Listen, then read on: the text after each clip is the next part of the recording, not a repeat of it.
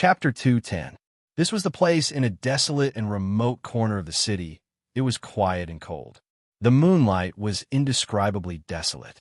On this desolate piece of land, there was still a dense aura that could not be separated. That was the pain of young Master Wuhan's life. The indescribable organs in his body still faintly emitted phantom pain, reminding him of this unprecedented crushing defeat. Now that he was standing at the place where he was defeated today, the pain and fury in his heart could not be described with words.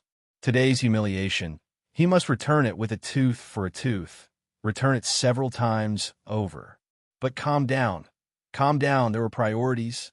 It didn't matter when that hoodlum-like little ruffian would take revenge. Before that, he had to do proper business first. Young Master Wuhan restrained the anger in his chest. His face was heavy as water, and he covered his mouth and nose. He carefully walked back and forth on the battlefield during the day and observed. A moment later, a smile appeared on his face. He had already found what he was looking for, a clue or perhaps an imprint left behind. At that time, the enemy was strong and he was weak. Everyone on his side had inexplicably lost their ability to fight. Aside from himself, the other 5 companions had been ordered by young Miss Zhao of Marquis Jinggan Fu to imprison and monitor them. Although they had become prisoners to a certain extent, they did not expose their true identities and intentions. They still retained the consciousness and skills of the Empire's elites. So, while they were being imprisoned and transported, they had left behind clues that pointed to them. Young Master Wuhan stood up and rubbed off the gray powder on his fingertips. This kind of substance exuded a faint but persistent smell. Normal people might not be able to detect the slightest difference. But to this group of people who had undergone special training, this kind of smell was so pungent that it left a deep impression on them. His gaze sharpened as he looked in a certain direction ahead. The following words were here. Searching the entire way, traveling alone in the darkness, young Master Wuhan's face was heavy as water. As he searched for traces of his companions, he considered his next course of action. In this operation, there were 2 important matters, and there was also a relatively less important matter of personal revenge. There were priorities, and he had to prioritize. As for how to choose, he had to think carefully. Moreover, he had to convince someone. Found it. After a long and arduous journey, young Master Wuhan looked at a building not far away and let out a slight sigh of relief. Fortunately, the place of imprisonment was not Marquis Jing and Fu, but an ordinary inn. A light flashed through his eyes. Good news. This meant that he did not need to barge into the heavily guarded Marquis Jing and Fu alone to find his companions. It also meant that eldest Miss Zhao did not have any suspicions towards them and only treated them as suspicious people who attacked Sima Ping for some reason and not as mysterious people who came from the capital with a secret mission. Otherwise, she would not have casually arranged for Elder Qi and the others to stay in an inn. Alas, they had to thank Elder Qi for this. One of the major reasons why Miss Zhao refused to bring them back to the Marquis' estate was because of Elder Qi. Thinking back, this matter was rather interesting. He did not knock and entered the inn. Instead, he used Qin Gong to leap over the eaves and vault over the walls, running a circle around the inn. Following the clues left behind by his companions, he opened a window on the 2nd floor and leapt in. As soon as he landed, a faint qi of the 5-grain cycle of reincarnation assaulted his senses. Another person was sitting in the room, pretending to be asleep. Seeing young Master Wuhan push open the window and enter, he seemed to have sensed something, but before he could open his eyes, Sun Ran's sword qi flashed with a cold light. Young Master Wuhan quickly unsheathed his sword and sealed his sleeping acupoint in an instant, causing him to completely fall asleep. Afterwards, young Master Wuhan turned around and quickly walked into the bedroom. Lifting the bed curtains, an even thicker and mysterious smell assaulted his senses, causing him to wrinkle his brows and cover his mouth and nose. A large bald head was shockingly lying on the bed. His entire body emitted a frightening aura. It was precisely the old boxer who had shouldered the evils of this world not long ago. This smell, it seemed that he had not been completely washed clean. That's right, other than himself, who would be willing to carefully scrub him. He pulled out his sword sheath in disgust. Fortunately, this sword was not his, but had been snatched from the hands of a knight of the Marquis of Jing'an's estate in Hidden Yuan Village, and pushed the old boxer. Afterwards, he shouted in a low voice, "Elder Qi, wake up! Wake up!" After shouting a few times, the old boxer remained unmoved and continued to sleep, causing young Master Wuhan to be slightly startled. He was fully aware of Elder Qi's abilities. Having practiced internal martial arts to his level, his spiritual sense was incomparably sharp. He would be able to sense someone approaching him, let alone being awakened by an external force. He suddenly recalled that during the day, Ms. Zhao had vaguely said something along the lines of, "I placed a restriction on him," and his expression changed. Could it be that Miss Zhao knew the soul manipulation technique? She was indeed worthy of being praised by his master. She looked extremely weak, but she wasn't completely powerless to resist. She actually hid such an ability. However, the soul manipulation technique was indeed terrifying to mortals, but in the eyes of martial artists and doctors, it wasn't a thorny problem. Undoing it wasn't difficult either. He muttered to himself for a moment and took out several silver needles from his bosom. These were the things that Sima Ping had used to seal his acupoints. He didn't expect that they would come in handy in the blink of an eye. He moved like the wind and moved the needles swiftly. In an instant, he had already pierced the silver needles into several acupoints on Elder Qi's face. Afterwards, he gently tapped his Baihui acupoint and shouted in a low voice, "Wake up!" Elder Qi was still asleep and even began to snore. Young Master Wuhan's old face reddened. Fortunately, there were no onlookers here. However, using silver needles to stimulate the acupoints and then using true qi to activate the qi in blood, wasn't this method correct? He hesitated for a moment and stretched out his hand to pry open Elder Qi's eyelids, wanting to see the real reason why he was unconscious. Then he saw a demonic purple light flash past. Although it was extremely faint in his eyes, it was so clear and shocking. His pupils suddenly shrank, and in his shock, he actually took 2 steps back. Looking at Elder Qi, who was sleeping on the bed, he thought of that ray of light and that faint fluctuation just now. His expression was shocked, and his tone was incredulous. Demonic artifact. This matter happened so abruptly and shocked everyone. Even young Master Wuhan, who was about to become a spirit act tough master and wouldn't bat an eyelid even if he was struck by lightning for acting tough, changed his expression. His mind was in a mess, and it took him a long time to calm down. Finally, he connected the cause and effect of this matter. The power of the restriction that can hypnotize a powerhouse like Elder Qi isn't an ordinary soul manipulation technique. Is it the power of a demonic artifact? Young Miss Zhao actually possesses the power of a demonic artifact? Young Master Wuhan muttered. Then it can be explained like this. No wonder there was a slip-up in the matter. No wonder Gong Chun's whereabouts were unknown. No wonder the horned tiger that came after the investigation also disappeared. So it's actually young Miss Zhao, this Zhao Feihuang. His hand was slightly trembling, and an extremely complicated expression flashed through his eyes. His tone was solemn and revealed a trace of madness and ecstasy. She actually accidentally stumbled and walked in front of all of us. If it wasn't for the fact that he still didn't want to reveal his identity, he even wanted to throw his head back and laugh heartily, venting the sudden ecstasy in his heart. Double happiness, double happiness. Not only did I discover my martial uncle who had escaped from my sect for many years, but I also discovered the secret of young Miss Zhao from the Marquis of Jing'an's estate. These 2 great gifts, these 2 pleasant surprises. The former can allow me to rise to a higher level, and the latter can allow me to win Master's favor and praise. When the time comes, I, who is strong enough and favored by Master, will naturally be chosen and also join that ranks. Stronger, stronger. He clenched his fists tightly.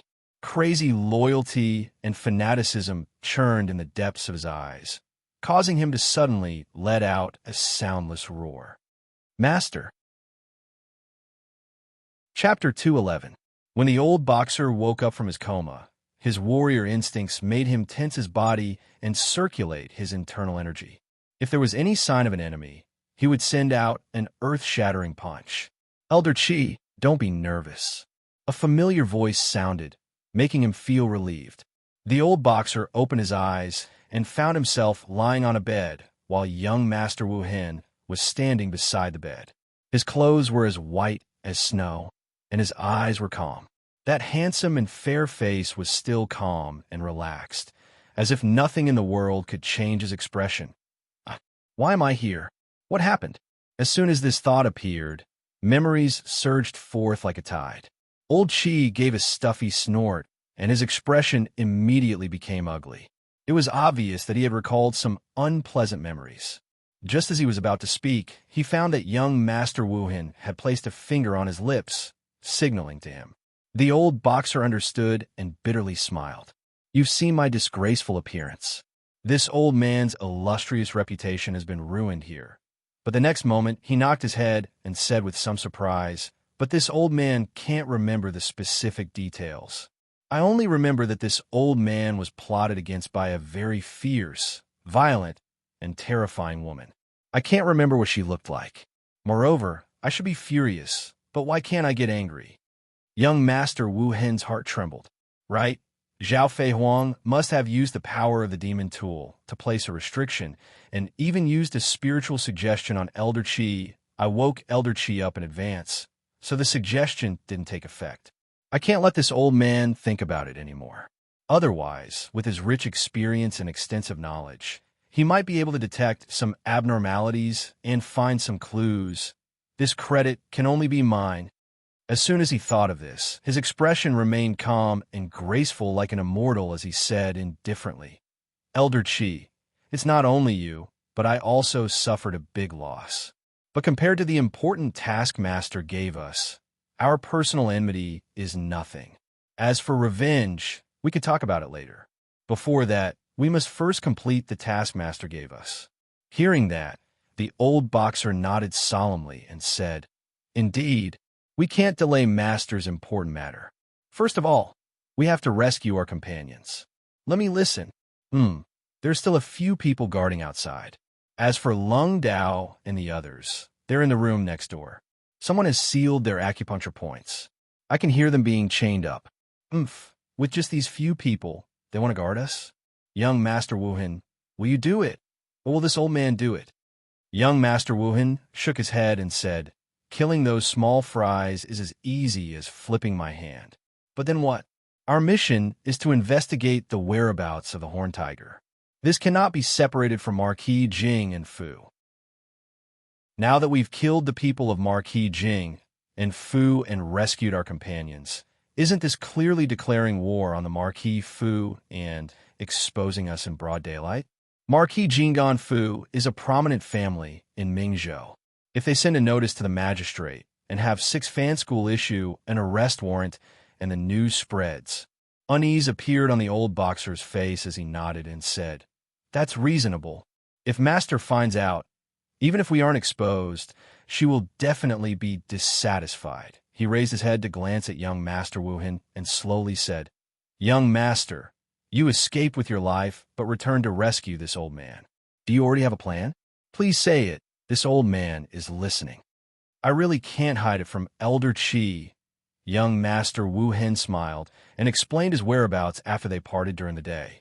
I feigned civility with that Sima Ping and followed her to Hidden Yuan Village to see her master. In fact, I just wanted to stall for time and look for an opportunity to escape. I also wanted to investigate a certain matter while I was at it. I really did discover it, so I deliberately set up a formation to frighten that old man. Then, I returned to Bright Prefecture City at the fastest speed and came here. Elder Chi frowned and said indifferently, That Pingy Dao is your martial uncle. Why are you calling him old fellow? He is no longer one. Young Master Wu Hen coldly said, He is our sect's great traitor. He has ruined our sect's reputation and disgraced our ancestral master. He is cruel and sinister and deranged. How can such a heartless person be worthy of being Wu Hin's martial uncle and be mentioned in the same breath as my master? I'm not afraid that Elder Qi will laugh at me. 5 years ago, my sect launched an operation to punish and hunt him down, but he escaped. My master deeply resented him. Today, Wu Hin ran into him and just happened to settle this traitor for my master. Elder Qi shook his head and said, "Although I don't have the qualifications to meddle in your sect's private affairs, just as you said, master's important matter is of the utmost importance. Regardless of whether it is personal enmity or the hatred of your sect, they all have to be set aside." Precisely so, but young Master Wu Hin sneered. "Elder Qi, think about it. Why is that Sima Ping acquainted with Miss Zhao Feihuang? And why did Zhao Feihuang send several elite knights from the Marquis Fu to escort her? After that martial uncle of mine escaped with his life 5 years ago, why did he run to Inyuan village to live in seclusion? Think about it again. Before we left the capital, we also flipped through the relevant records and documents of the Marquis of Jinggan Fu.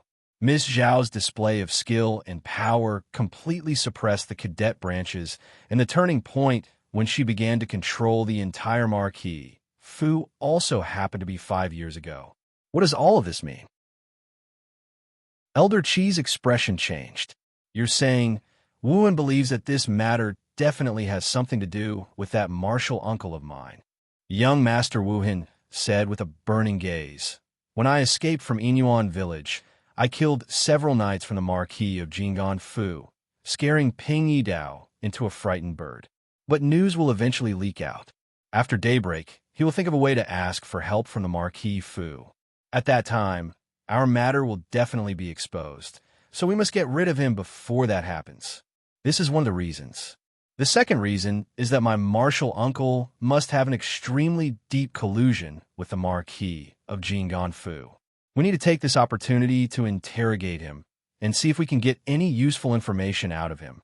In short, we need to make use of the time difference. The enemy is in the light while we are in the dark. This is our advantage. I once eavesdropped on their conversation during the day.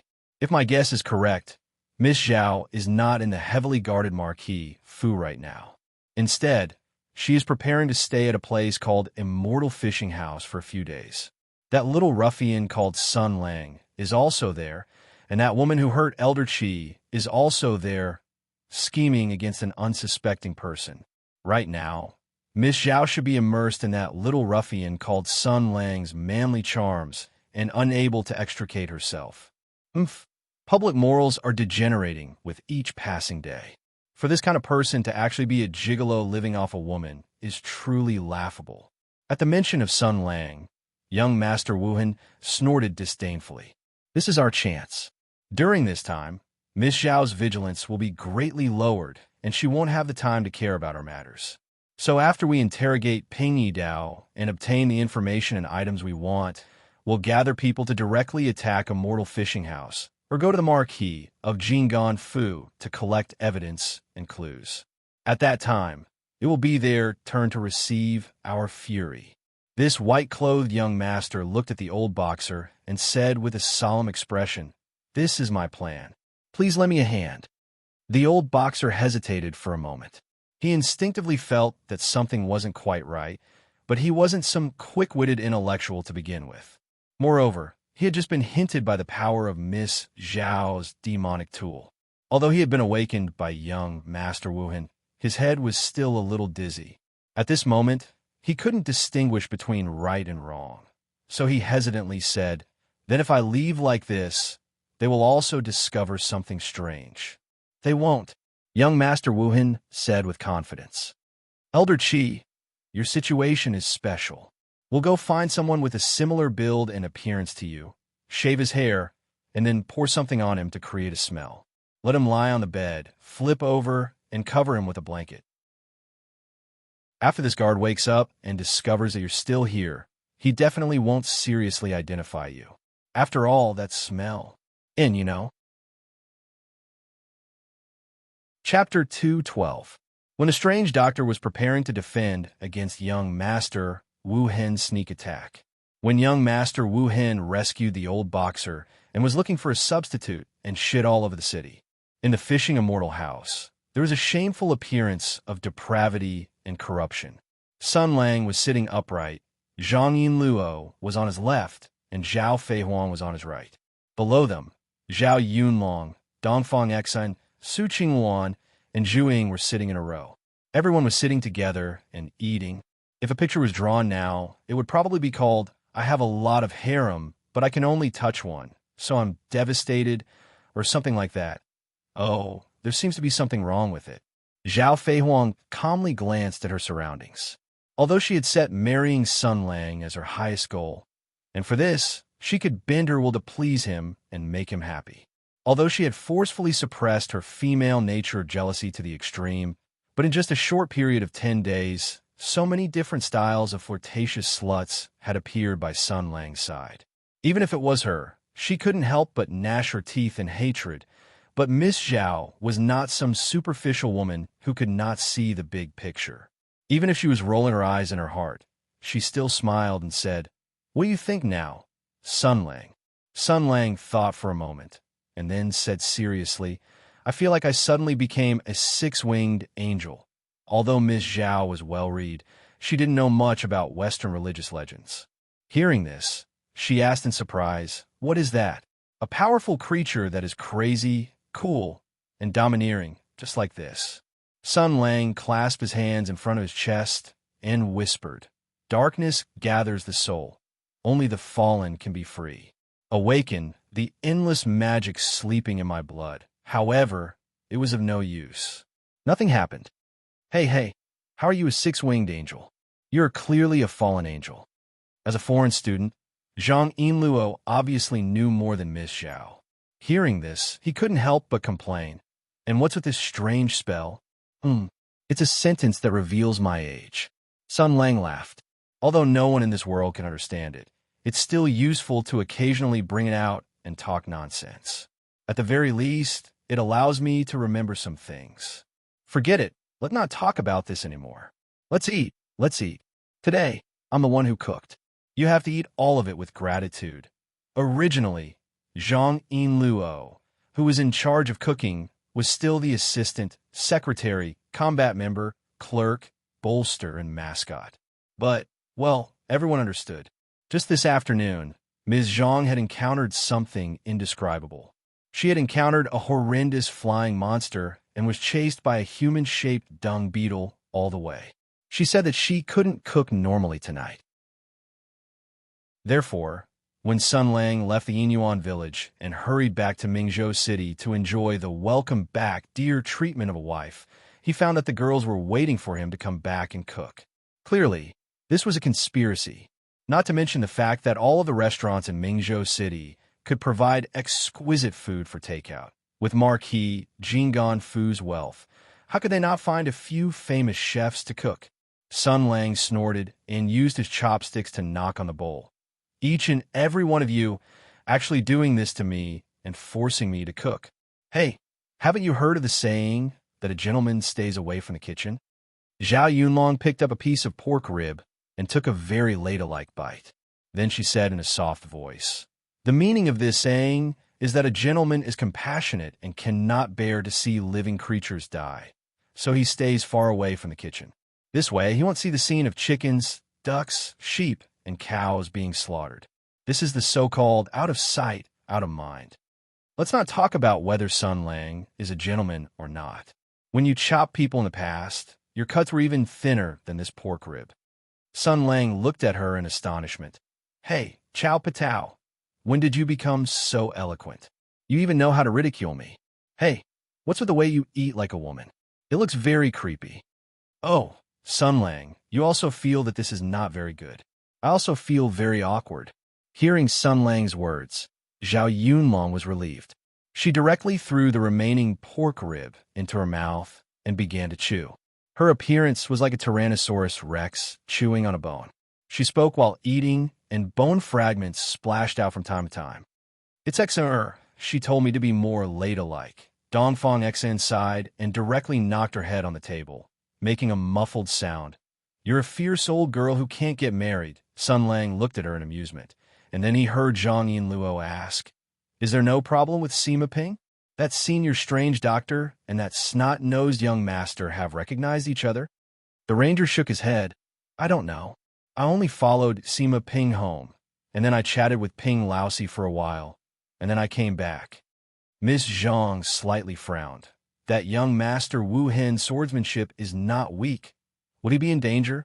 Sun Lang shrugged. 70% of that snot-nosed young master's martial arts are on the sword. Without a good weapon, how can he beat the strange doctor? Although Ping Lousy's martial arts are sloppy and poor, it's still very easy for him to beat that show-off. Besides, Sima Ping has placed a silver needle restriction on him. Ping Lousy is not an idiot. How can he easily undo it? He still had a few words to say. I'm afraid that after tonight, this young Master Wu Hen will no longer be in this world. Ping Lousy is a person who does great things. He is very ruthless to himself, let alone to others. Although he knelt and kowtowed to beg me to let his sect go, he will never allow the news that he is still in this world to leak out. I'm afraid that as soon as I leave, he will set out to kill that young Master Wu Hen. TSK. This person's fate is really unpredictable. If that young Master Wu Hen did not expose his identity, at most he would have some smell on him. But now, Zhang Yinluo saw him, shaking his head, but he could not guess what Sun Lang was thinking at this time. The girl frowned. Why didn't you stay a little longer to see the situation? Sun Lang picked his nose. Of course I was busy coming back to see you, Yinluo. Act like a spoiled child. How could this guy still remember this matter? Zhang Yinluo was shocked, but he did not have time to ask. He directly picked up a dish with his chopsticks, and without caring what it was, stuffed it into his mouth, and said loudly, Let me taste it. Sun Lang smiled faintly. At that time, he wanted to ask Ping Yidao a few things because he vaguely felt that the matter of the strange doctor being hunted down after leaving the army was not simple. But at that time, Ping Yidao had once again knelt down and begged without any dignity. That appearance of abandoning all sense of shame and self-respect made him have mixed feelings in an instant. Perhaps he was moved by compassion. He was perhaps one of the very few people in this world who understood Ping Yidao. Although he did not care about the things and path that Ping Lousy insisted on, he had no interest in continuing to force an old man who had already sacrificed everything.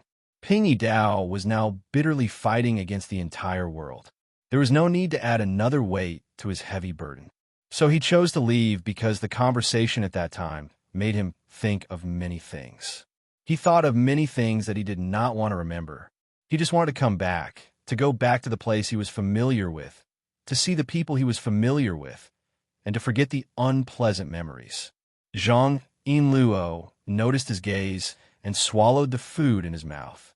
His face was slightly red, and he turned his face to the side. Humph, the food is just so-so.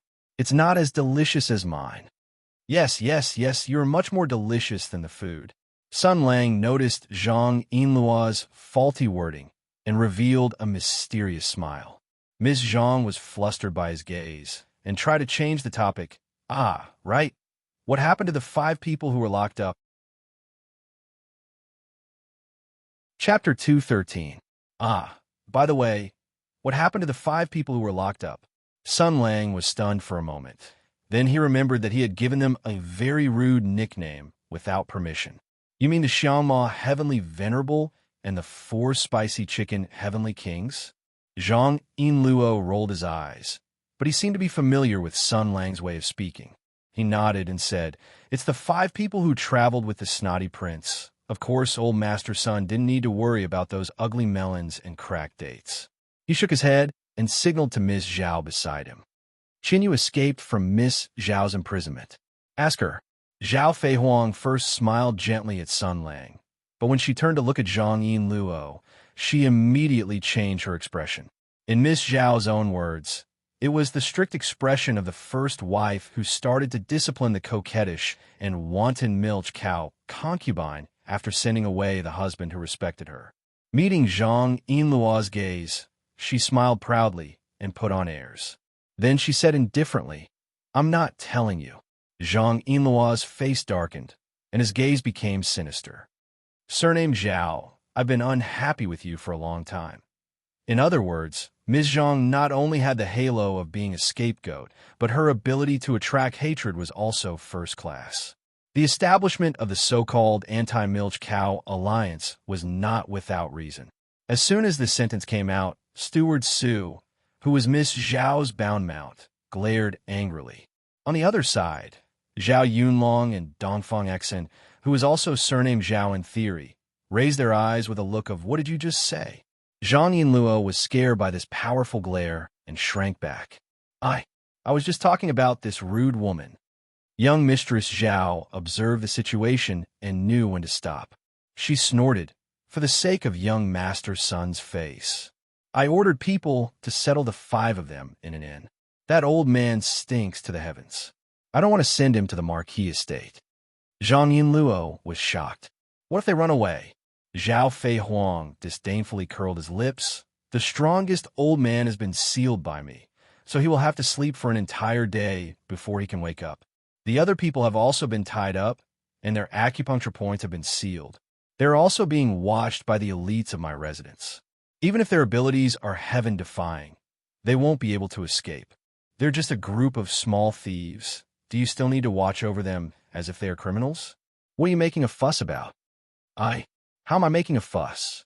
Although Zhang Yinluo said so, she was still a little flustered, especially when the old boxer became like this.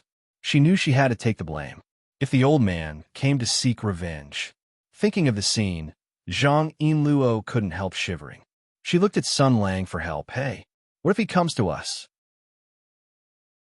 Nicholas Sun Lang said proudly, "There is no problem in this world that can't be solved by a can of herring. If there is, then use 2 cans. Zhang Yinluo twisted her body, with tears in her eyes, and said angrily, "I'm talking business with you." Her unpretentious and natural coquettishness, coupled with the pair of foul breasts, simply produced an explosive effect. Sun Lang originally wanted to tease this girl, but after seeing this, he touched Zhang Yinluo's head and said gently, "Don't be afraid. Miss Zhao has sealed him, making him forget what happened today. When he wakes up, he will forget everything that happened and naturally won't come to find trouble with you." Zhang Yinluo said pitifully, "That's good. But is there really no problem? Is there really no problem at all? This woman, won't she secretly do something?"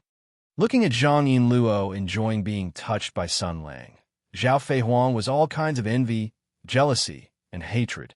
When she heard Zhang Yinluo's words, she said angrily, "Humph, this woman, when you're scared, you're so obedient, but when you know there's no danger, you're pretending to be obedient.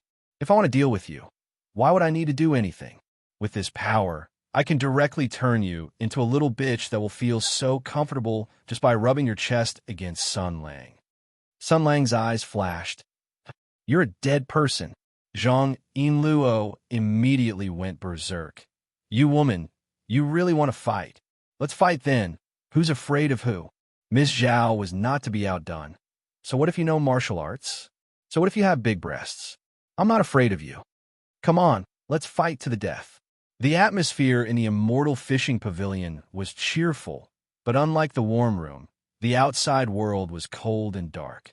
Whether it was Sun Lang, Miss Zhao, or Zhang Yinluo, none of them realized that the losers who they didn't take seriously had escaped and were planning a counterattack in the night. Fate was unpredictable, and no one knew what would happen.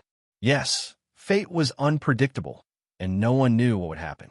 At this moment, 2 figures were flying through the city. One of them was dressed in snow-white robes, while the other was bald. One was as ethereal as an immortal, while the other was bald, clear and impure, elegant and filthy. These 2 people were at odds with each other, but they were comrades who had fought side by side. They were clearly looking for something at this moment. The bald and bearded old boxer said in a low voice, "Young master, do you have to go through so much trouble? Just grab a random person from the inn." "No." Young Master Wu Hen maintained a subtle distance from the old boxer and said softly, "Elder Qi, your physique is special and not similar to ordinary people. If you grab someone casually, you might be exposed. There's still plenty of time. Let's look again." There's a night market in Mingzhou, and there are many pedestrians and peddlers returning home at night. We just have to grab him, seal his acupoints, clean him up, and then throw him on the bed." Although young Master Wu Hin didn't elaborate, the old boxer already knew what he meant by clean him up.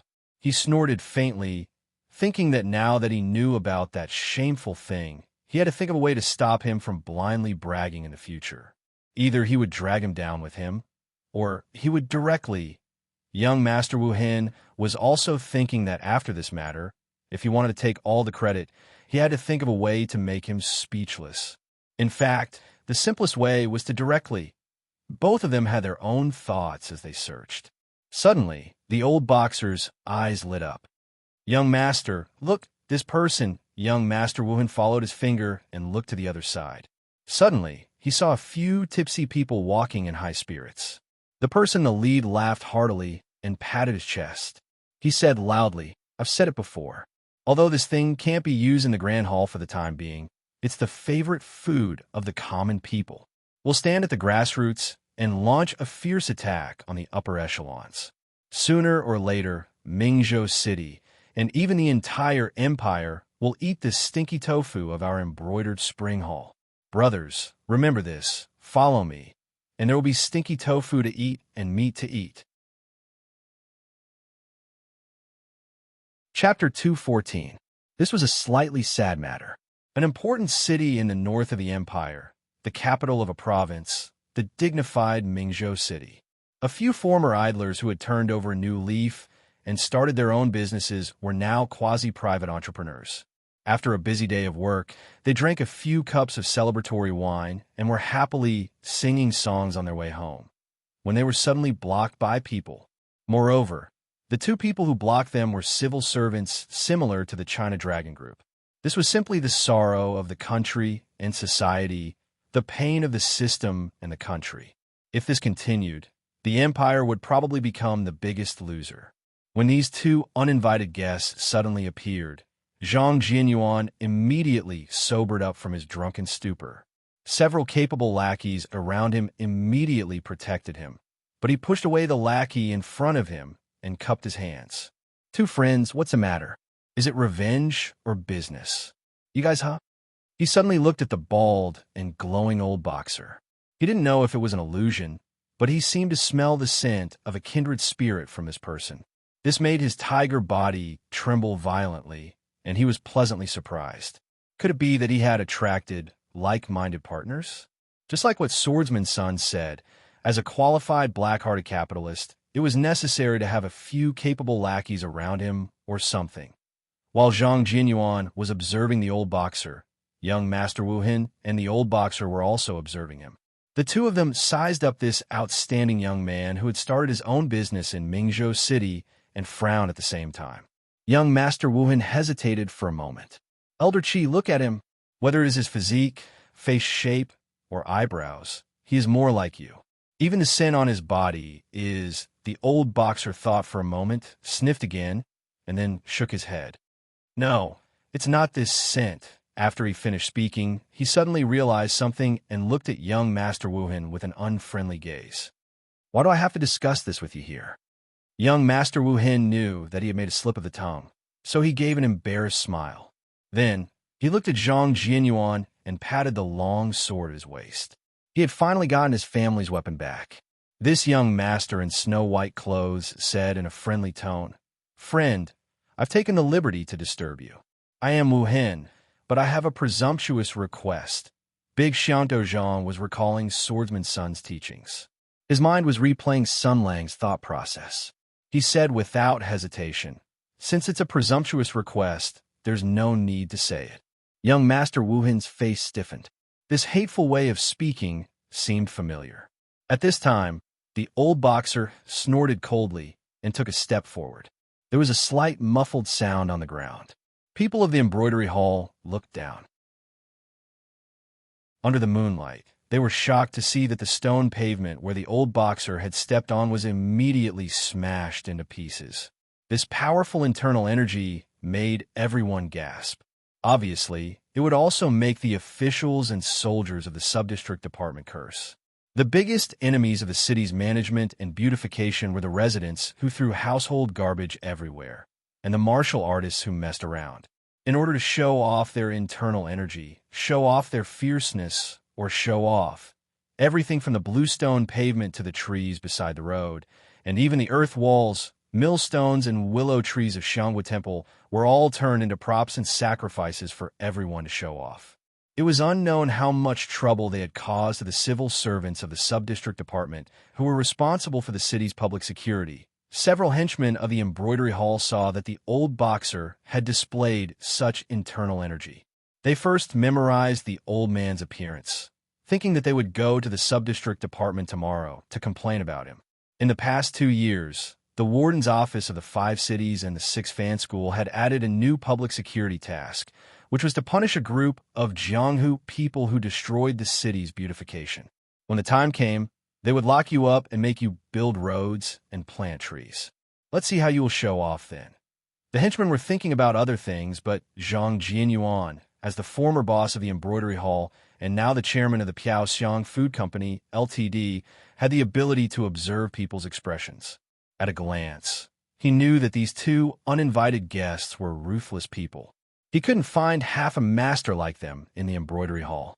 The stinky tofu business had just started to improve, and then they encountered such a thing, which made Zhang Jianyuan secretly sigh that his life was full of misfortunes. It's easy to dodge a spear in the open, but difficult to guard against a stab in the dark.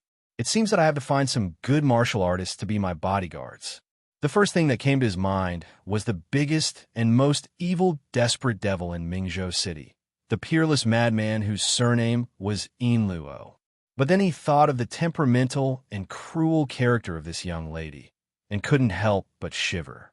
Such a fierce female demon could only be subdued by a good man like Hero Sunday. I can't even think about it. Then he thought of that stinky Taoist. Although that Taoist was cunning, scheming, and liked to cause trouble without reason. If it was him, while he was lost in thought, he heard the bald old man who destroyed the city's appearance say in a deep voice, "Cut the crap. If you don't want to suffer, come with us. Don't be afraid. We won't kill you." Zhang Jianyuan felt a chill in his heart, thinking that the real show was coming. He reached out his hand to stop the henchmen from taking out their weapons and said in a deep voice, "Stop. You are no match for these 2 heroes. Don't add to the casualties." Judging from their temperament and ability, these 2 men must be first-class masters in Jianghu. They respect their status and keep their word. If they say they won't kill me, they won't go back on their words. I'll go with these 2 good friends. The henchmen were shocked and said repeatedly, "Big head. No need to say more. I made up my mind. I'll be back tomorrow." Zhang Jianyuan turned around and patted a capable henchman on the shoulder. He said in a gentle voice, "Don't look for me, and don't report it to the authorities. These 2 men are very capable. Don't provoke them. Go back and do what you need to do. Remember to deliver the goods, as usual tomorrow. Don't make any trouble. In addition, the newly made stinky tofu is the condensation of our efforts these days. Remember to send a portion to our honorary founder. Let him taste it and give him some advice." The henchman had been with Zhang Jianyuan for a long time. Although his martial arts were not good enough, he was quick-witted. He immediately understood Zhang Jianyuan's meaning. Big Head said to send a portion of stinky tofu to the honorary founder, but in fact he meant to ask him to find the Buddha of the Western Paradise. Oh no, it's Master Sun of the Fishing Immortal Tower. Alas, I didn't expect to trouble Master Sun again. I'm so ashamed. I owe him more and more favors. I don't know if I can repay them in this life. The henchmen also made a living in the Jianghu. Seeing that their boss had spoken, they made a decision. After looking deeply at Zhang Jianyuan, they turned around and left. Young Master Wu Hen was hesitating whether to silence them or not, but he saw a cold light flash. Zhang Jianyuan had already taken out a dagger and pointed it at his heart. He calmly said, "Since you 2 don't want to take my life, then you have a use for me. I watched those children grow up. I ask you to be magnanimous and let them go. There are people who know their limits. They certainly won't report it to the authorities with great fanfare. You can rest assured." Young Master Wu Hen was silent for a moment. The henchman had already run far away. There was no point in chasing after them. He shook his head and laughed. Forget it. They're just a few small characters. Even if they go to call for reinforcements, what kind of reinforcements can they find? It's not worth mentioning. Come, brother, let's go to a secluded place. First, I have to help you clean up. Chapter 2:15. Stepping on the moonlight, Shoshin hurriedly left home. After parting ways with Sun Lang and the others in the afternoon, he returned home and had dinner with his family. But the more he thought about it, the more he felt that something was wrong. Although the farce in the afternoon had been completely turned into a farce by that brat Sun Lang, the outstanding skills and certain characteristics of young Master Wuhan and the others had still left a deep impression on him. There were some things that Sun Lang would not think about, or rather, was unwilling to think about, but who Shoshin would. Sun Lang had no interest in the state of the empire or the current situation of the imperial court.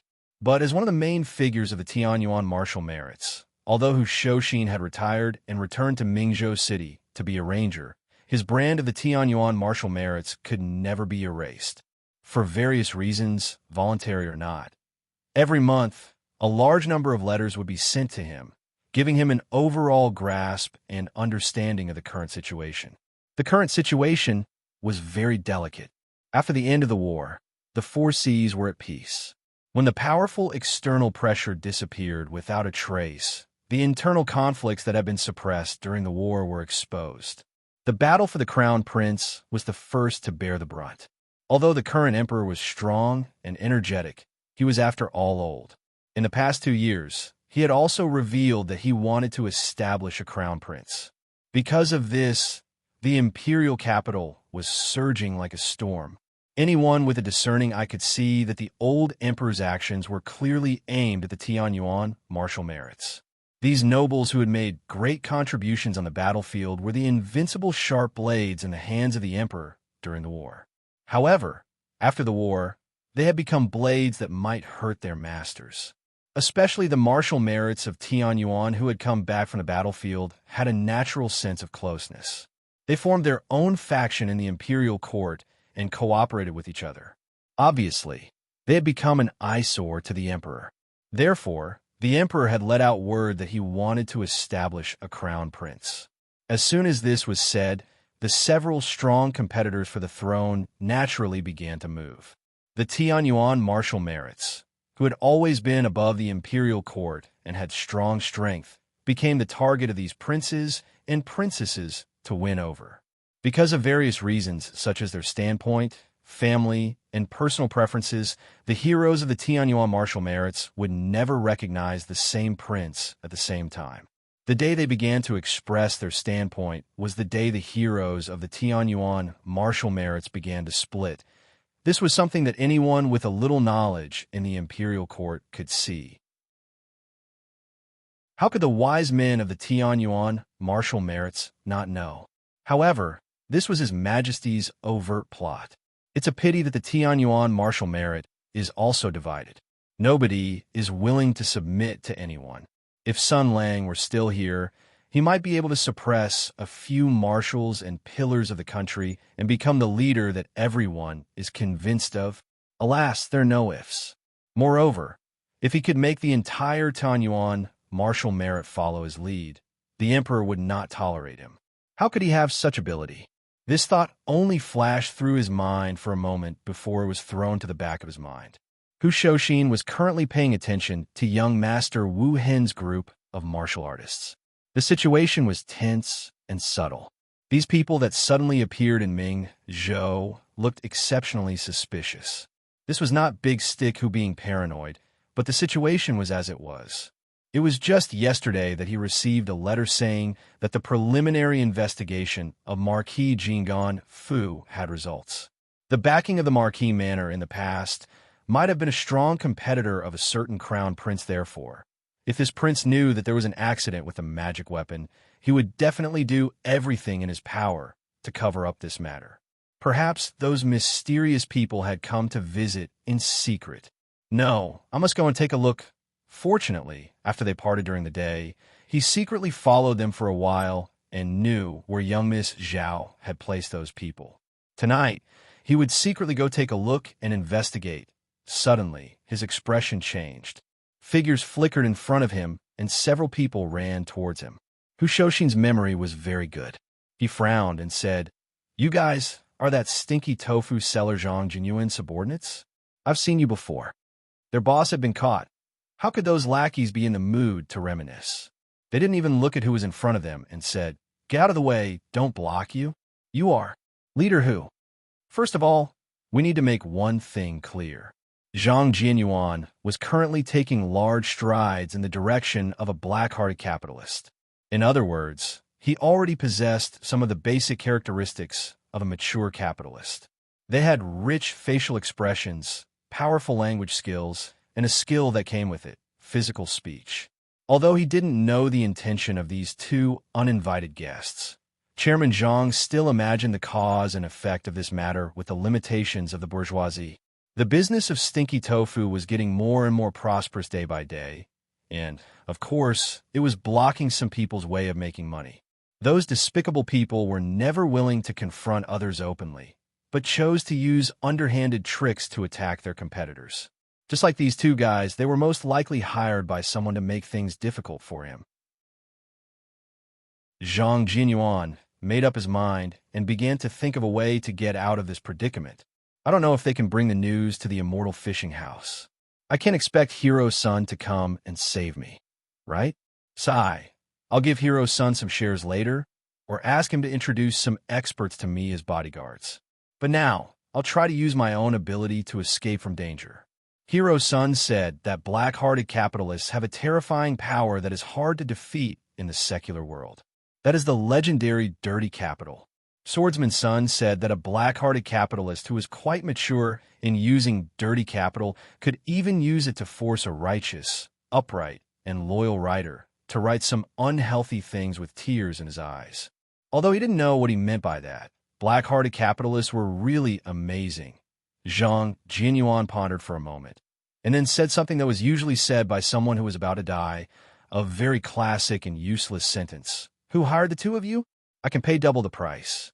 The old boxer snorted quietly, took the dagger from Zhang Jianyuan's hand, and waved it twice. "Don't think too much. Just stand there and don't move." The cold dagger swept past, and 3,000 strands of worry rustled down. Zhang Jianyuan squinted at the old man's shiny bald head, thinking that this bald guy was probably shaving a ladle for me. Speaking of which, he was close enough to smell. Why did he smell like feces? Was he a monk in a temple who was responsible for carrying feces? What did he want to do? Did he want me to go to the temple to carry feces for him? The old boxer shaved Zhang Jianyuan's head with a cold face, thinking that this person also smelled like feces. Could it be that he had also been schemed against by that ferocious woman? Most probably not. How could there be such a coincidence in the world? After a while, Zhang Jianyuan broke the silence. As a modern enterprise that had just entered the development stage, the thirst for talents would never stop. Since the other party was a monk who carried feces, he shouldn't be too resistant to stinky tofu since he smelled that smell every day. In this case, he said faintly, "Friend, have you heard of stinky tofu?" Mr. Chi frowned, shaved off the last bit of hair, and said coldly, "I haven't heard of it.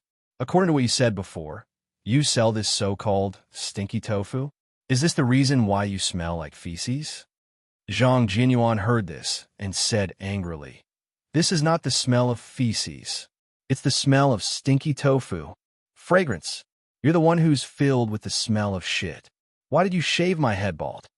The old boxer twirled the dagger in his hand, the edge of the blade reflecting the cold moonlight. He said, "Senran, what did you say?" "Nothing, nothing." For a black-hearted capitalist, being shameless, being flexible, and adapting to circumstances were the most basic skills. Zhang Jianyuan rubbed his head. Although he lamented that he had become bald, he still laughed against his will. "You shaved well, shaved well." Someone I admire once said that going bald is a shortcut to becoming strong. "It's good to be bald, it's good to be bald." Young Master Ruthless glanced at Zhang Jianyuan's bald head and nodded. Almost there, almost there."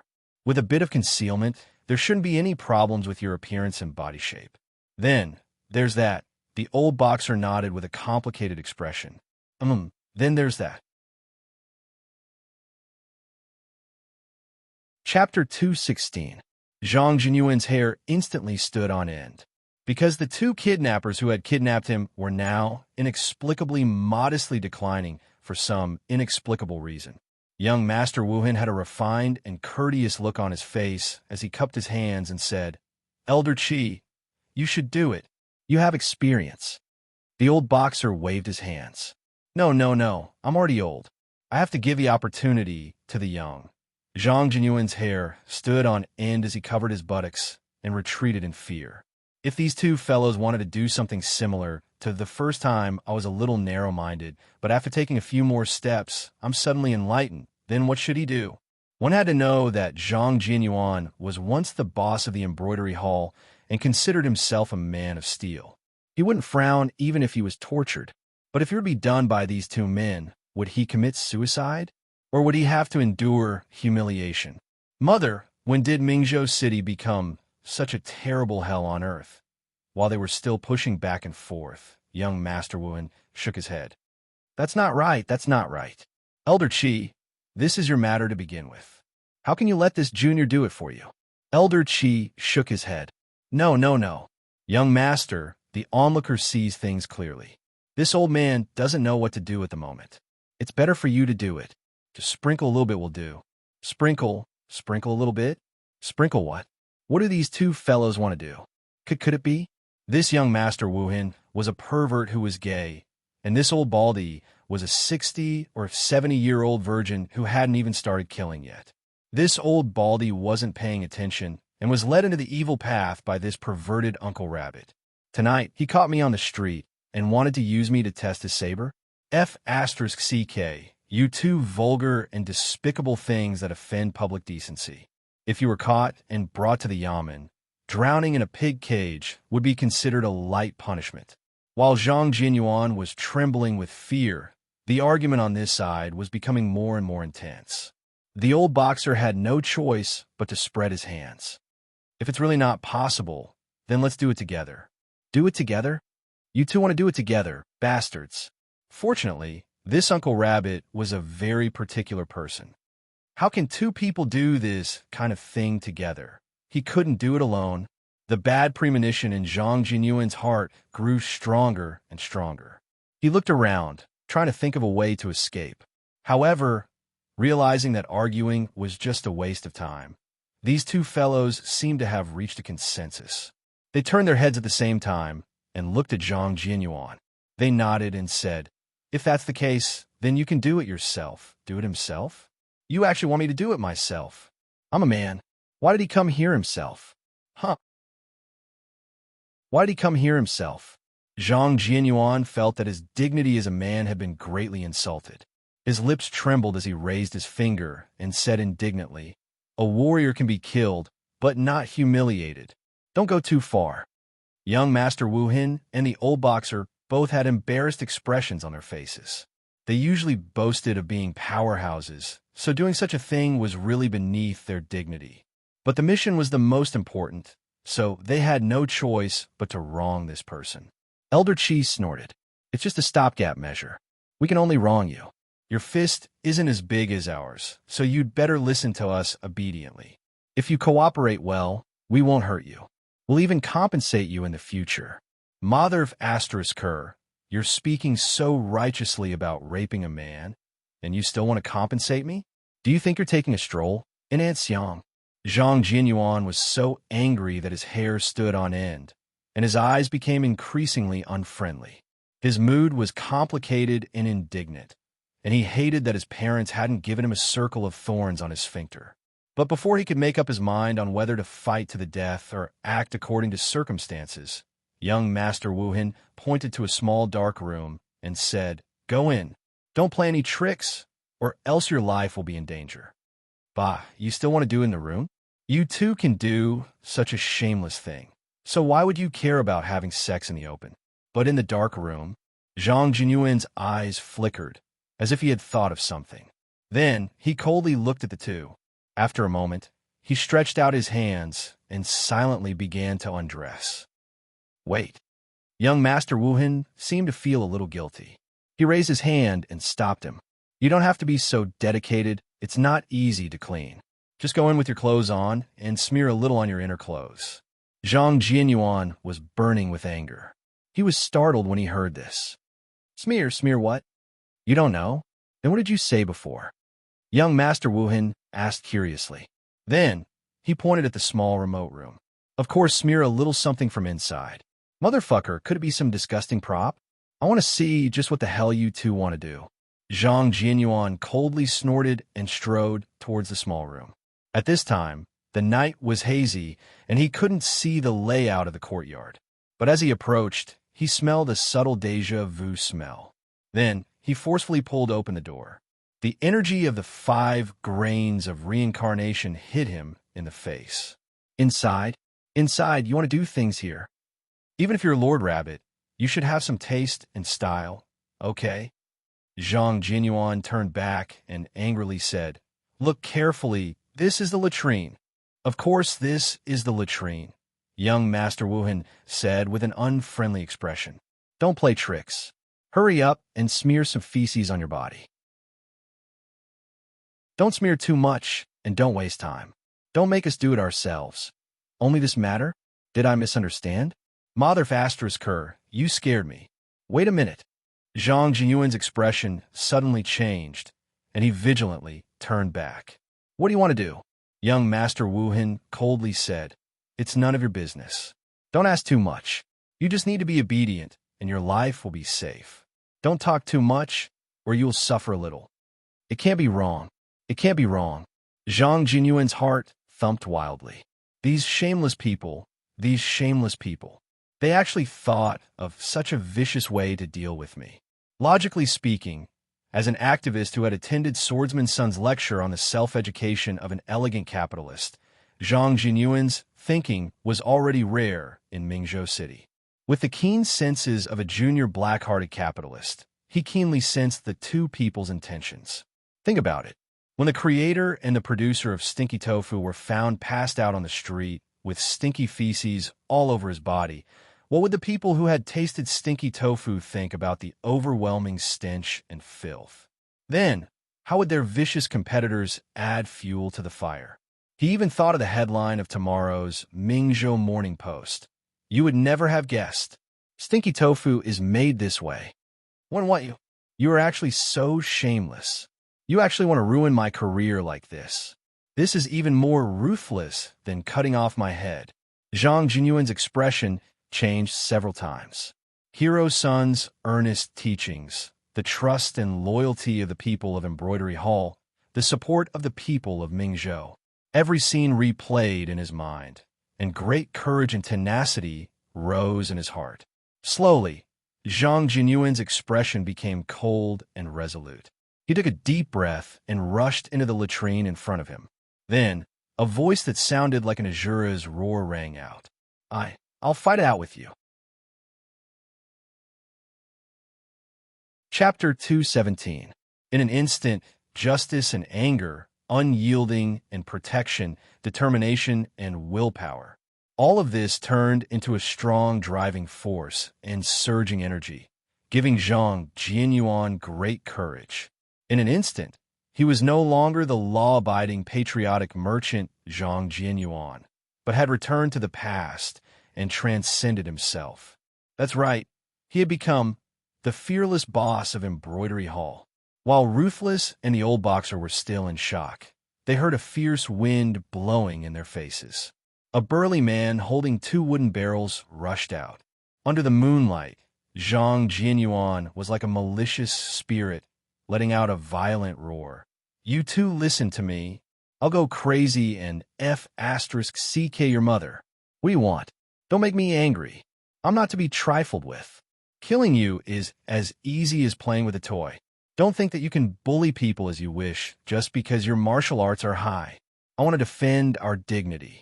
You bunch of trash. Go to hell. Go to hell. Go to hell. If you want to fight, I'll fight. This person's instant berserk was far beyond the expectations of Ruthless and the old boxer. While they were still in a daze, The other party had already rushed forward fearlessly. Normally, with Zhang Jinyuan's mediocre martial arts, whether it was ruthless quicksword or the old boxer's fist technique, they could easily deal with him. But now, the situation was different. The two barrels of evil of the world not only provided Zhang Jinyuan with 15 points of attack power, but also had the halo of fear. They were really powerful weapons. The old boxer had just suffered a loss during the day, so he still had lingering fears. He didn't pass the willpower check, so when he saw Zhang Jinyuan rushing over, he hurriedly dodged. Ruthless white clothes fluttered in the wind.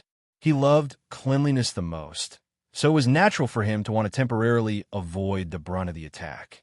The two martial arts masters' idea seemed to be very wise. They probably wanted to circle around Zhang Jinyuan and attack him from behind. But at this moment, Zhang Jinyuan was possessed by Hellscream. The heroic spirits of the Burning Blade Clan Sword Saints were watching this ordinary human from the sky of Draenor. At this moment, the ancestors had granted him power. Zhang Jinyuan raised his hand and cast Bladestorm. Flying and dancing wildly, his aura overflowed to the heavens. That terrifying aura and momentum caused the two men's faces to change drastically, and they hurriedly dodged and retreated. In a moment, Zhang Jinyuan had already found an opening, knocked open the gate of the courtyard, and ran out, shouting with a voice that shook the heavens, "Murder! Save me! Report it to the authorities." However, the surroundings were quiet. The residents on both sides of the road did not make any noise. People's hearts sought benefits and avoided harm. They did not like to get involved in disputes, let alone these ordinary civilians. How could they be willing to get involved in the vendetta of the martial world? However, Zhang Jinyuan had been taught by Sun Lang. His mind worked quickly, and he quickly came up with a solution. As he ran for his life, he shouted, "Look, there were two men committing adultery on the street, and it was an affront to public morals. Come and pick it up." A kind-hearted hero bandit was throwing silver ingots everywhere. "Come out quickly, there's a fire here." Sure enough, this method worked. Sounds of surprise and discussion could already be heard from many houses. On this side, young Master Wuhan had just dodged the splashing attack of the Bladestorm when he heard Zhang Jinyuan shout. He anxiously said, "Quickly chase after him and kill him." He shouted twice, but there was no response. He turned his head and sucked in a breath of cold air. No way. He saw the old boxer standing to the side, his face as calm as water. His body did not seem to have been touched by feces, but his face was so gloomy that it looked as if he had fallen into a cesspool. Elder Chi's eyes were sometimes confused, sometimes clear, sometimes struggling, and sometimes furious. A faint purple light could be seen flashing from time to time. This made young Master Wuhan suddenly realize that this was bad. The power of the demonic tool Zhao Fei Huang had planted in Elder Chi's body had not completely dissipated. After all, she had set up a restriction that would delay Elder Chi's awakening by a day. If she had awakened him ahead of time, there was most likely a problem. Oh. The old boxer instantly entered a berserk state, and his furious roar shook the heavens. "Little shit-throwing slut. I'll kill you, ah!" Young Master Wuhan stretched out his hand like Air Kong, wanting Elder Chi to stop and wait for his partner. However, the old boxer, who was in a berserk state, did not listen to him and had already rushed out like a cannonball.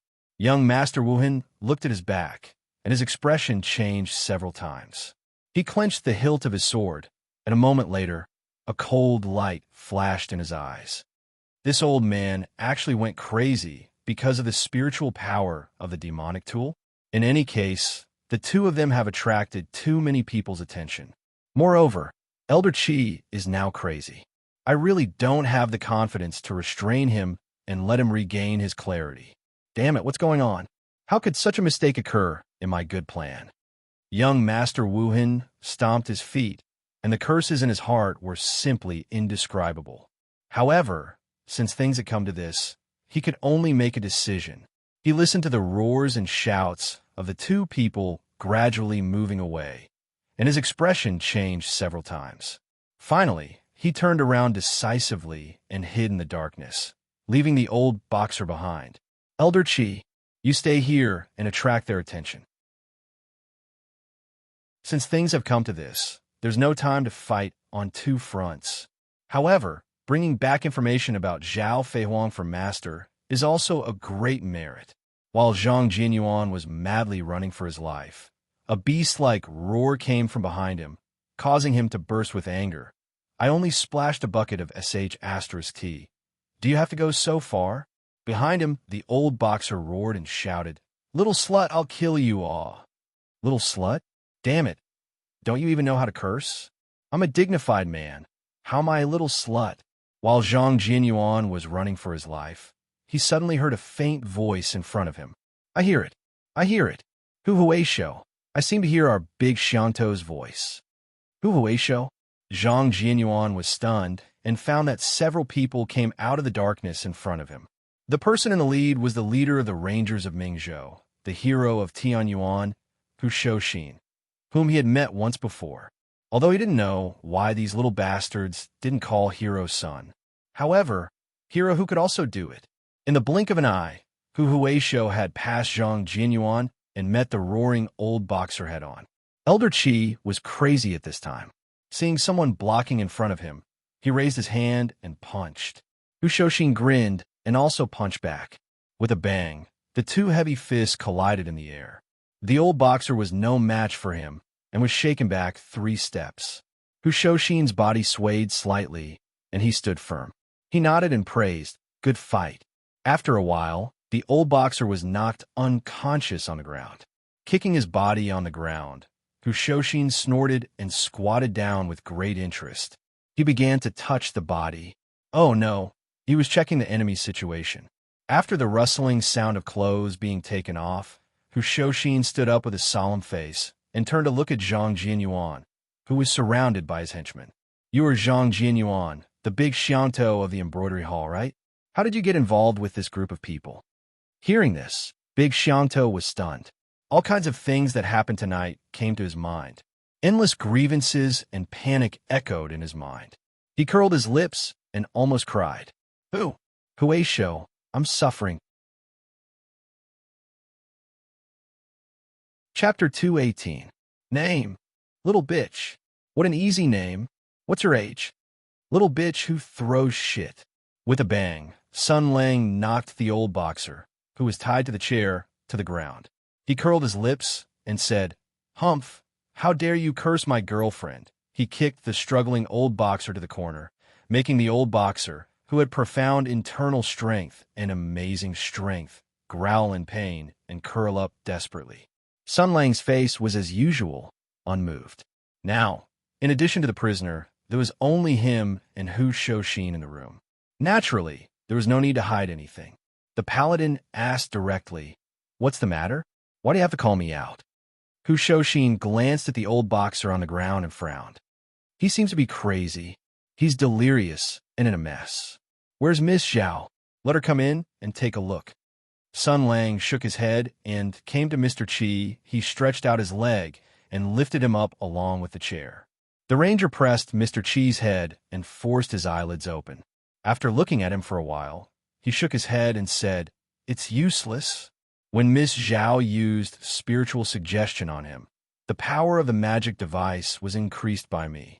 I haven't used that trick for a long time, so I'm a little rusty and the magnification is much higher. So he was forcibly awakened tonight, and the remaining power has already damaged his brain, plus he himself. Well, he suffered some kind of PTSD before. Hu Shouxin was impatient. Just tell me the result. Sun Lang kicked the old boxer aside and spread his hands. Only Ruji can cure this kind of mental trauma caused by shit. That is to say, we can't count on him? Hu Shouxin sighed in annoyance. Things are troublesome now. Sun Lang squinted at him and said, So what's the matter? Why did you call me out in the middle of the night and bring Miss Zhao? Don't you know how much I enjoyed the meal tonight? We're in trouble. Hu Shouxin looked at the old boxer under Sun Lang's feet and said slowly, This person. I seem to know him. She wasn't sure before because he didn't have this hairstyle back then.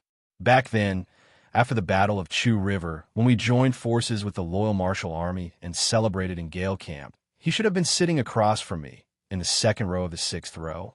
I saw him from afar. He had performed meritorious service, so when I went up to drink, I heard him announce his name. Seeing the confused expression on Sun Lang's face, Stick, who shook his head and sighed, "Don't think about it. You weren't there at the time, so you don't know him and he doesn't know you. Not many people in the army knew what you looked like back then, and those who can recognize you now are even fewer. After all, the current you is like a completely different person from back then." Sun Lang sneered and said, "Nonsense, if he knew me, he would be so scared that all his bodily fluids would spurt out. Your description is quite novel." Cut the crap. Sun Lang's expression gradually became serious. The restriction set by Miss Zhao is not something that this kind of trash can break free from with his own strength. Who woke him up? According to the description of Zhang Jinyuan and his subordinates, the old fellow was accompanied by a white-robed young master. I think it's most likely that person. Sun Lang was startled. Snotty young master? He actually ran out? Ha! That good-for-nothing Ping Laosi isn't dead, is he? Hu Shouxin was stunned. Ping Laosi? That's a familiar name. A strange look flashed through the ranger's eyes, and he waved his hand. According to your description, there's indeed something wrong with these people. They have a background in the imperial court. Their appearance in Mingzhou City at this time is quite meaningful. So that's how it is. Everything makes sense now. No wonder they were hostile to Miss Zhao. It's probably because of the demon artifact. That snotty young master has most likely escaped, but he still has 4 accomplices. Let's go and interrogate them. There's no time, Hu Shouxin indifferently said. The reason why I invited Miss Zhao along, other than to have her examine this old fellow's mental condition, was because of this. When I rushed over tonight, the guard from Marquis Jingan, Fu, who were responsible for guarding the 4 captives, along with the 4 captives, were all dead. Quick swords all cut the throat in one strike. Sun Lang's expression changed, and he nodded in praise. This snotty young master is also a decisive person. He actually killed his teammates without any hesitation. Seeing that his expression remained unchanged, Hu Shouxin frowned. You're not worried at all? Previously, this snotty young master came to save this old fellow, then ran to the streets to ambush Zhang Jianyuan, shaving his head bald and even splashing feces on him. He clearly wanted to dress Zhang Jianyuan up as a substitute so that the 2 of them could carry out some secret operations. Why did the snotty young master take such a huge risk to save this person? It means that he felt that he couldn't complete the mission alone. Then after he abandoned his companions, he still resolutely returned to the inn and killed all of his teammates to silence them, not saving them. What does this mean? Sun Lang dug his nose. Just tell me the result, Hu Shouxin coldly said. It means that he already decided to escape.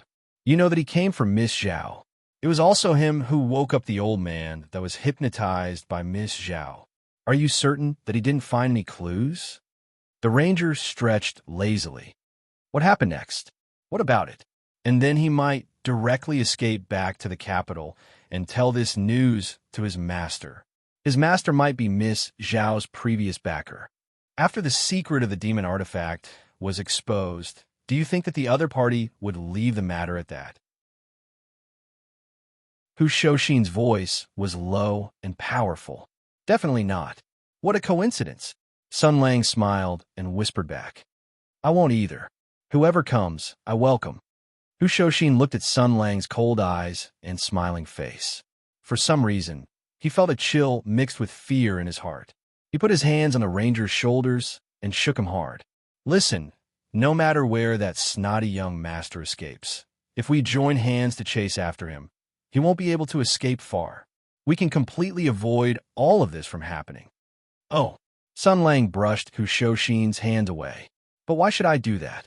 Isn't it interesting to see which little cutie in the capital is playing such a dangerous game? Sun Lang, listen, you can't spend all day thinking about how to lure people from the capital to kill for fun. You and I both know that no matter how strong one's mind is, no matter how tenacious one's will is, everything will change after tasting blood again. Hu Shouxin grabbed Sun Lang's shoulders and looked straight into his eyes. Even if you don't mention this, you should think about Miss Zhao. Do you want to put her in danger? Sun Lang looked at him and suddenly sneered. Who?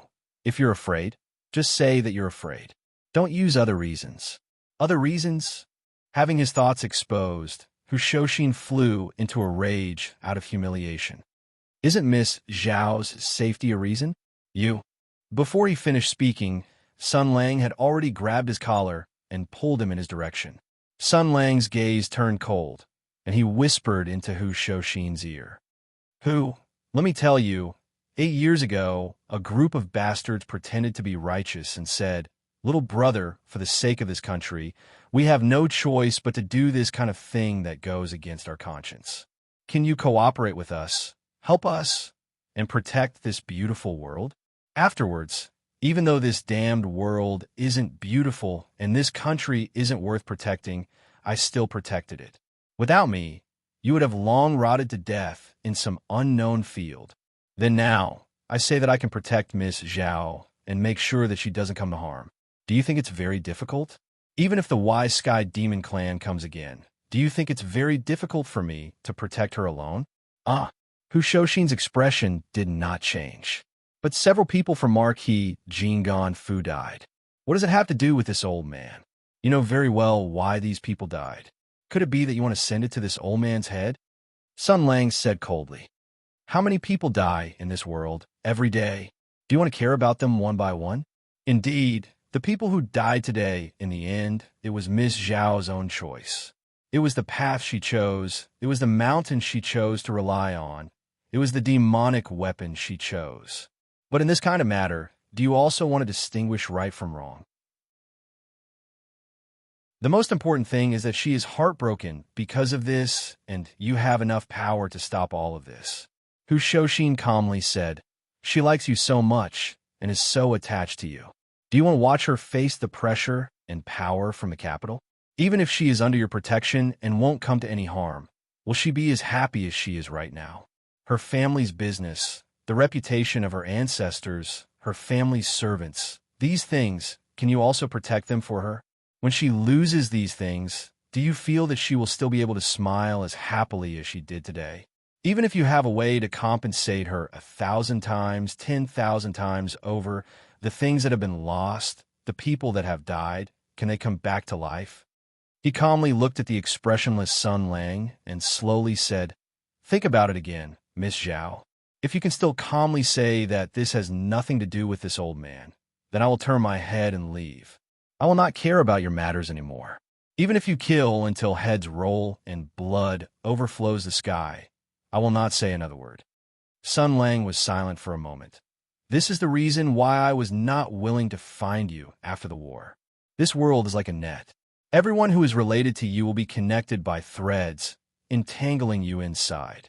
The deeper the ties, the deeper the friendship, the tighter the entanglement, making you unable to let go of your hands and feet. You will not be able to do anything freely, but old Hu, don't forget, the net can break and shatter as long as you are ruthless enough, as long as you hurt yourself deeply enough. I hope this net will not break a second time. Hu Shouxin was stunned. He only heard the fierce sound of the wind, and Sun Lang punched him in the face, sending him flying heavily. The ranger shook his hand, turned around, and pushed open the door of the room. Damn, so many things. Chapter 219. The place where Sun Lang and Hu Shouxin had just interrogated the old boxer was in the rear courtyard of the inn where the captives were being held. Sun Lang walked to the main building. When he found young Miss Zhao, the girl's eyes were red, and she was whispering something to housekeeper Sue. There were several elite guards of the Marquis Fu guarding the side, and the outside was also surrounded by the guards of the Marquis Jinggan Fu. It could be said that the security was very tight. The two seemed to be discussing whether they should report this to the authorities and ask the master to issue an arrest warrant.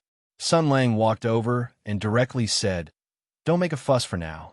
The other party is not someone that the bailiffs of Six Fan School can catch. It's better not to beat the grass and alert the snake. Leave this matter to me. I will kill him. Zhao Feihuang looked at Sun Lang and called him Sun Lang with red eyes. The ranger sighed. Life and death are ruled by fate. Don't take it to heart. This could not be considered gentle consolation. Su Qingwan raised her eyebrows and glared at Sun Lang. You provoked an enemy, but the ones who died were people of our Marquis Fu. You say it so easily. Older sister Su. Zhao Fei Huang suddenly acted out of character and said sternly, the cause of this matter is that young Miss Zhang provoked this group of people in order to protect Ping Er. Although Senior Strange Doctor has already left the Marquis Fu, he and Ping Er are still people of the Marquis Jinggan Fu. How can you say that Sun Lang provoked an enemy? Imprisoning them here and not in the Marquis Fu is also my negligence. How can I blame Sun Lang? Older sister, if you say this again, I will get angry. The atmosphere instantly dropped to the freezing point. Sun Lang glanced at Zhao Fei Huang, and all his hesitation and words turned into a smile. He calmly said, in the end, I am also responsible for this matter, so leave the matter of getting justice for these brothers to me. Your older sister Su is only concerned about you. Seeing that you are sad, she became angry. Don't blame her, and don't make things difficult for her. Su Qingwan glanced at Sun Lang in surprise. She didn't know why the sharp-tongued guy was so easy to talk to tonight, but she was strong-willed by nature. It was harder for her to apologize to Sun Lang verbally than to rape her. Fortunately, Miss Zhao, who had just yelled at Su Qingwan, also felt a little regretful. At this moment, she took advantage of the situation and said to Sun Lang, while holding Butler Su's hand, all the victims present were injured by a quick sword in their throats. Sister Su said that the old man didn't have such a sword skill. The one who could do this must be Child Wuan. Sun Lang, Senior Strange Doctor. Sun Lang said calmly, leave it to me. I'll go take a look later. As for you, Miss Zhao, before this matter is resolved, you and Steward Su should continue to stay in the Immortal Fishing House. That place is absolutely safe, understand? Listen to me, don't leave the Immortal Fishing House no matter what. Watching from afar as Marquis Jinggan Fu's carriage returned to Fishing Immortal Building, several young maidens came out to inquire about the situation. Zhao Yunlong seemed to have sensed something and nodded in this direction. Sun Lang smiled. Let's go. Hu Shouxin's figure appeared beside him. This guy rubbed his face. That punch still hurt faintly, causing him to grimace in pain. You're becoming more and more disrespectful to the old and loving the young. But your patience with young maidens is growing. When you were reprimanded by Steward Su just now, why didn't you tell her the truth? This matter is completely caused by Miss Zhao. If you didn't muddle along the way and make a ruckus, I'm afraid that more people would have died tonight. Sun Lang smiled faintly. Since I've already decided to stop this matter, what's the point of saying it? Apart from making them worried and scared, what's the use? To increase their favorability? In any case, I can't F***CK them. That's really a very convincing answer. Hu Shouxin said with a strange expression. Then what should we do? Where should we go to intercept and chase this Child Wuan? Do you have a clue? Let's go to Hidden Yuan Village to take a look. Sun Lang replied.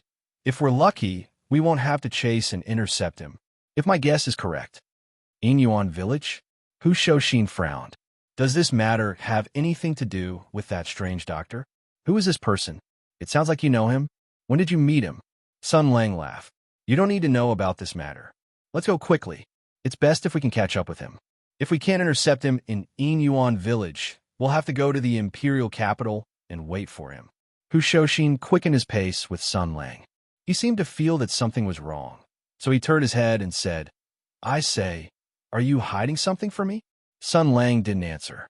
His figure suddenly changed and swept away into the distance like a wisp of smoke. Hu Shouxin frowned and also sped up. He muttered a familiar name to himself. Strange Doctor Ping Lao Si, Ping Lao Si. The strange doctor that Hu Shouxin was thinking about was currently guarding the small courtyard on the mountain of Yuan Village, vigilantly guarding against the arrival of Child Wuan. If it were someone else, they would have become more and more irritable, and their mental state would have become unstable in this kind of boring and uncertain waiting. This was because waiting without an end was the most unbearable because they didn't know when the enemy would attack, or even if they would attack. However, a few hours had passed, and the strange doctor was still sitting cross-legged motionlessly. Patience was something that doctors didn't lack, especially a doctor like him. During this long period of waiting, he had always maintained exuberant energy and concentration, constantly deducing the possible attacks that the enemy could launch in his mind and constantly making countermeasures. His confidence and fighting spirit did not decline with the passage of time, but instead became more and more exuberant because he had practically imagined all the possible attacks that the enemy could launch and had countered them one by one. No matter how you attack, steal, set fire, throw stones, use poison gas, or even gather people to attack, I have a way to deal with it. I will never lose to someone like you. Tonight, you can't hurt anyone. Achoo. In the ward, Taoist by Shui woke up from his sleep, his forehead covered in cold sweat. He had just moved his body when a faint pain came from his chest and abdomen. The white cloth wrapped around his body reminded him of the fact that he was injured. He first smiled bitterly. I'm old. How come this Taoist can't even sleep well today? I keep feeling that something is about to happen. He tilted his head and listened. The surroundings were terrifyingly quiet. For some reason, Taoist by Shui felt a little flustered. He shook his head and sighed. Alas, I've been injured and my mind has become weak. I'm paranoid all day. What can happen? The horned tiger is already dead, and this poor Taoist doesn't have any enemies. In order to prevent monsters from sneak attacking, this poor Taoist laid down a spiritual retreat array while injured. Everything is guaranteed to be foolproof. Even if the senior strange doctor's enemies come, I can resist for a while and ensure that I won't be harmed. Besides, this poor Taoist is a hermit deep in the mountains, so where would his enemies come from? He sat up and sighed, but I'm still a little flustered. My sect is still the best. Fortunately, I sent a spiritual talisman message during the day. I think the sect's reinforcements are already near Mingzhou. After seeing this poor Taoist message, they will definitely find me in 2 days and take me back to the sect to recuperate. So, what's there to be flustered about? Don't be afraid. There's nothing to be afraid of. About the time it takes for an incense stick to burn. A miserable scream, like that of a mountain ghost, shook the wilderness in an instant. You are. Help.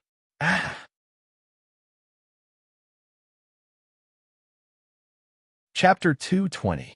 When everything was silent, Taoist by Shui's terrified screams suddenly rang out in the small courtyard. His voice was so sad, as if he had seen the most terrible thing in his life. The strange doctor in the room was frightened and gripped the steel staff in his hand. His first thought was, it's finally here. However, he immediately realized he was ashamed. In his panic tonight, he had forgotten about this Taoist. Finally, he frowned. How despicable. He actually attacked an innocent patient. The strange doctor stood up and hesitated. If the one who kidnapped Taoist by Shui was his martial nephew, then there was no doubt that this was a bait to lure him out. What should he do? He had already given up too many things in his life. Giving up another patient was actually nothing, but doing so would most likely incur the marshal's anger. Outside, Taoist by Shui's screams became more and more frightened. Let me go. Don't come over. Don't come over. This poor Taoist. Be careful, or this poor Taoist will die in front of you. The strange doctor's heart trembled. He didn't know what kind of cruel and tyrannical method this young Master Wu Hen was going to use to force Taoist by Shui, a monk who had seen through the world of mortals, to threaten him with death. Then, he heard Taoist by Shui's even more frightened screams and faint strange sounds. Then, he heard strange footsteps slowly approaching the main room. It didn't sound like a human's footsteps. A human's footsteps wouldn't be so heavy. It sounded like some kind of huge monster, like a gorilla or something. Then, Taoist by Shui's frightened screams rang out. What are you doing? Don't hurt them. Strange doctor. Senior strange doctor. Run. Ping Yidao's expression changed, and then a trace of relief flashed through his eyes. He turned his head and glanced at Sima Ping. A trace of tenderness flashed through his eyes, and then this tenderness was replaced by a steely determination. The strange doctor held the steel staff in his hand and kicked open the door. A fierce battle was unavoidable. I didn't expect the enemy to directly attack. Well, I like to see the door was wide open. Under the moonlight, he saw a strange scene of magical realism. How should he put it? First of all, he noticed Taoist by Shui, the talkative and eccentric Taoist. At this moment, his face was full of fear, his clothes were a mess, and he looked helpless. Then, he was still lying on the bed steadily. But he did appear in the courtyard, because, together with the bed, he was firmly held in mid-air, like a duck that was thrown into a basin to be slaughtered.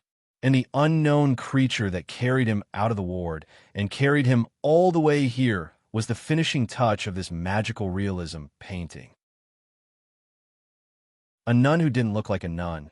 The reason why she didn't look like a nun was because she didn't look like a nun at all, except for the monk's robe that was painted with Sanskrit, which looked gorgeous and sacred, and the overall effect was that she was a nun. She didn't look like a nun at all. Compared to a nun who had no desires and was dull and haggard, her appearance was not only extraordinarily beautiful, but also glowing. Her bright lips still had a faint, oily smell, and her body faintly smelled like she had just done a human chemical reaction experiment with ethanol. It made people want to know how sumptuous her dinner was and where she had eaten it. Moreover, she was tall and voluptuous and could be said to be curvaceous. Her overdeveloped appearance really didn't look like a nun who had been fed plain soup in a temple. What was most intolerable was that this guy actually had a head of black, smooth, and waist-length hair that swayed gently in the night sky.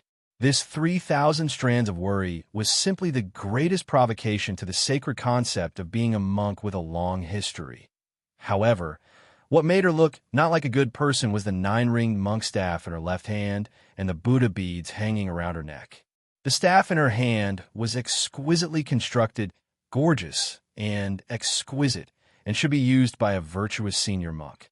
When she held it in her hand, it looked like she was holding a mace stained with countless blood. The Buddha beads hanging around her neck were all huge and shiny. At first glance, one could tell that they were made of metal. Such heavy Buddha beads could only be used to send a living person to the Western paradise.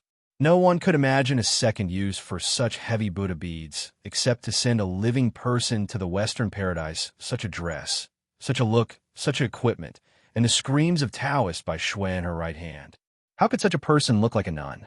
But she was indeed a nun, because Taoist by Shui's screams were still incessant, exposing the CV and IP address of this uninvited guest. Help! The demonic monk of Deju Temple is going to eat people. Senior brother of Zhengyang Palace, how many times have I told you that Deju Temple doesn't eat people? Perhaps the demonic monk of Deju Temple couldn't stand Taoist by Shui's screams. She sighed and said, "Today, our temple received a message from Zhengyang Palace saying that when an unworthy disciple was wandering outside, an 80-year-old mother held her child and was injured by a demon. Considering that all the cultivators in the world are of the same breath and branch, our temple asked us to lend a helping hand and temporarily take this useless trash back to Deju Temple to treat his injury and take good care of him. You can laugh at him as you wish." Taoist by Shui's screams suddenly stopped. I feel that there's a deep malice in your words. The demonic monk said expressionlessly, the original words, "I haven't changed a single word." Taoist by Shui seemed to have thought of something and said with a tone of disbelief, "Doubly, what? They asked me to go to Deju Temple to treat my injury first?" The demonic monk nodded, "Yes. A bunch of evil creatures." Taoist by Shui spat out blood and pointed at Tianhua, adding insult to injury. "Inhumane. They even tricked me. Aren't I just a little straightforward? Aren't I just fond of reading people's faces? Aren't I fond of telling the truth? Aren't I fond of providing referenced Taoist names for new junior brothers? Aren't I?" The eccentric doctor looked at all of this with an expressionless face. At this moment, his feelings might be very complicated. Can you guys be more serious? Tonight, I'm facing a choice between life and death. Fortunately, the demonic monk also noticed this point. He inserted his staff into the ground and saluted with one hand. You must be the doctor in charge of taking care of this senior brother. Thank you for your help, but senior brother Bai Shui was injured by a demon. This kind of injury is better treated by us cultivators. As such, there is no need to trouble you. In the future, Zhenyang Palace will naturally send you a thank you gift. I'll take senior brother Bai Shui away now. Taoist Bai Shui seemed to have grabbed onto a life-saving straw. Eccentric doctor, senior eccentric doctor, listen to this. Can you tolerate this? Can you tolerate this? Why is it that the injuries caused by this demon can only be treated by Zhenyang Palace? Didn't you also treat it well? You're too arrogant. I can't listen anymore. Can this be tolerated? This is absolutely intolerable. I feel that if I stay here, I can still be treated. You've treated half of the patients. There's no reason for others to take you away, right? Isn't this a slap to your face? Also, big sister of Daju Temple, I'm quite well recuperating here. Look, I'm a man. It's inconvenient for me to go to a temple full of nuns, right? If there's any crazy talk, it will greatly damage my reputation and Daju Temple's reputation. Let me tell you, I'm actually unbearable. The eccentric doctor looked at the demonic monk. After a moment, he put his palms together and saluted. Then I won't send you off. The nun of Daju Temple also saluted. Umitba, you're a kind person. Taoist Bai Shui was stunned for a moment and shouted, Pay attention to me, senior eccentric doctor. A doctor has the heart of a parent. You can't treat me like this. After I leave, how are you going to explain it to Hero's son? The eccentric doctor thought that it was a pity. If he could find a way to make this nun stay here for a night, he wouldn't have to be afraid of young Master Wu Hen's attack. However, he didn't dare to. Although this nun's appearance was very strange, her eyes were clear and her body was full of righteousness. Such a person, at this moment, the demonic monk suddenly frowned and looked at the eccentric doctor. Your Excellency's body reeks of blood and negative karma. Moreover, your spirit is gloomy and your state of mind is not. As expected, the eccentric doctor's heart trembled, but his expression didn't change as he calmly said, Doctors save the dying and heal the injured. They're used to seeing life and death. After dealing with the injured every day, the smell on their bodies can't be washed away. Moreover, which doctor would be spirited and emotional? The suspicion on the nun's face grew stronger. Is that so? Ping Yidao's heart was beating wildly. He tried his best to relax his body and disguise his emotions. One thing hasn't settled, and another thing has arisen. It seems that I've aroused the nun's suspicion. It seems that I can't stay here anymore. At this moment, Taoist Bai Shui suddenly shouted, You demonic monk! Are you going to harm people again? Moreover, you also know physiognomy? You're simply showing off your slight skill in front of an expert. Let me see your physiognomy. Hey, you can't even protect yourself, and you still have time to help senior eccentric doctor? From your physiognomy, I know that you'll encounter... wait, you're a monk. How come you have this kind of thing? The demonic monk frowned. After being interrupted by Taoist Bai Shui, his expression changed slightly.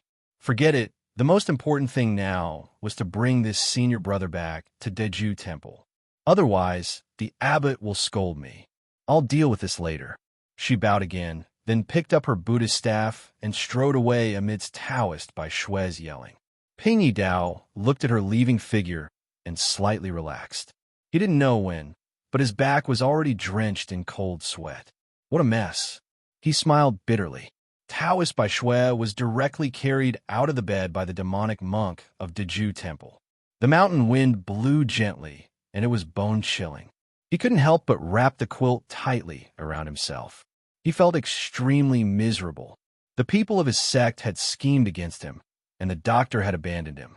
At this moment, he was being brought to Daju Temple, a terrifying demon's den. Everything was unknown, and it made him feel terrified. Looking back on his experiences these days, it was full of tricks. From Zhang Jianyuan, who sold stinky tofu, to the horned tiger who hurt him, to the eccentric doctor who treated him. None of these people in the city were sincere. Looking at the whole world, It seemed that there was only one person who treated him sincerely from the beginning to the end. He felt sad and couldn't help but shout, "Hero's son, save me!" The demonic monk asked curiously, "Who is Hero's son?" Suddenly, a faint voice came from below. I think I heard someone say that I'm handsome."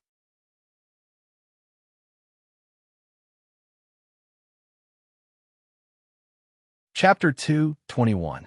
Taoist by Shui also heard the faint mockery. His face showed an instinctive joy as he was saved from a hopeless situation. However, he still had some conscience. Thinking that he had fallen into the hands of the devil, he could not drag Sun Mo down with him. So he immediately shouted, "Sun Mo, run! The devil wants to eat people." After hearing this, Sun Lang became more energetic. This person was so reckless that it made people's hair stand on end. I've never seen a devil eat people in my life. What? What? The wind whistled and shadows flew. Two figures broke through the darkness and appeared in the blink of an eye. Sun Lang looked at Taoist by Shui, who was suspended in the air with his bed, and said in surprise, "Are you going to be roasted into a suckling pig?" Then his eyes fell on the demon monk from Deju Temple. He saw that the monk was wearing a Buddhist uniform, holding a gorgeous thick and long stick, and had a string of giant beads around his neck. Obviously, this friend's professionalism and originality in S&M must have reached the peak.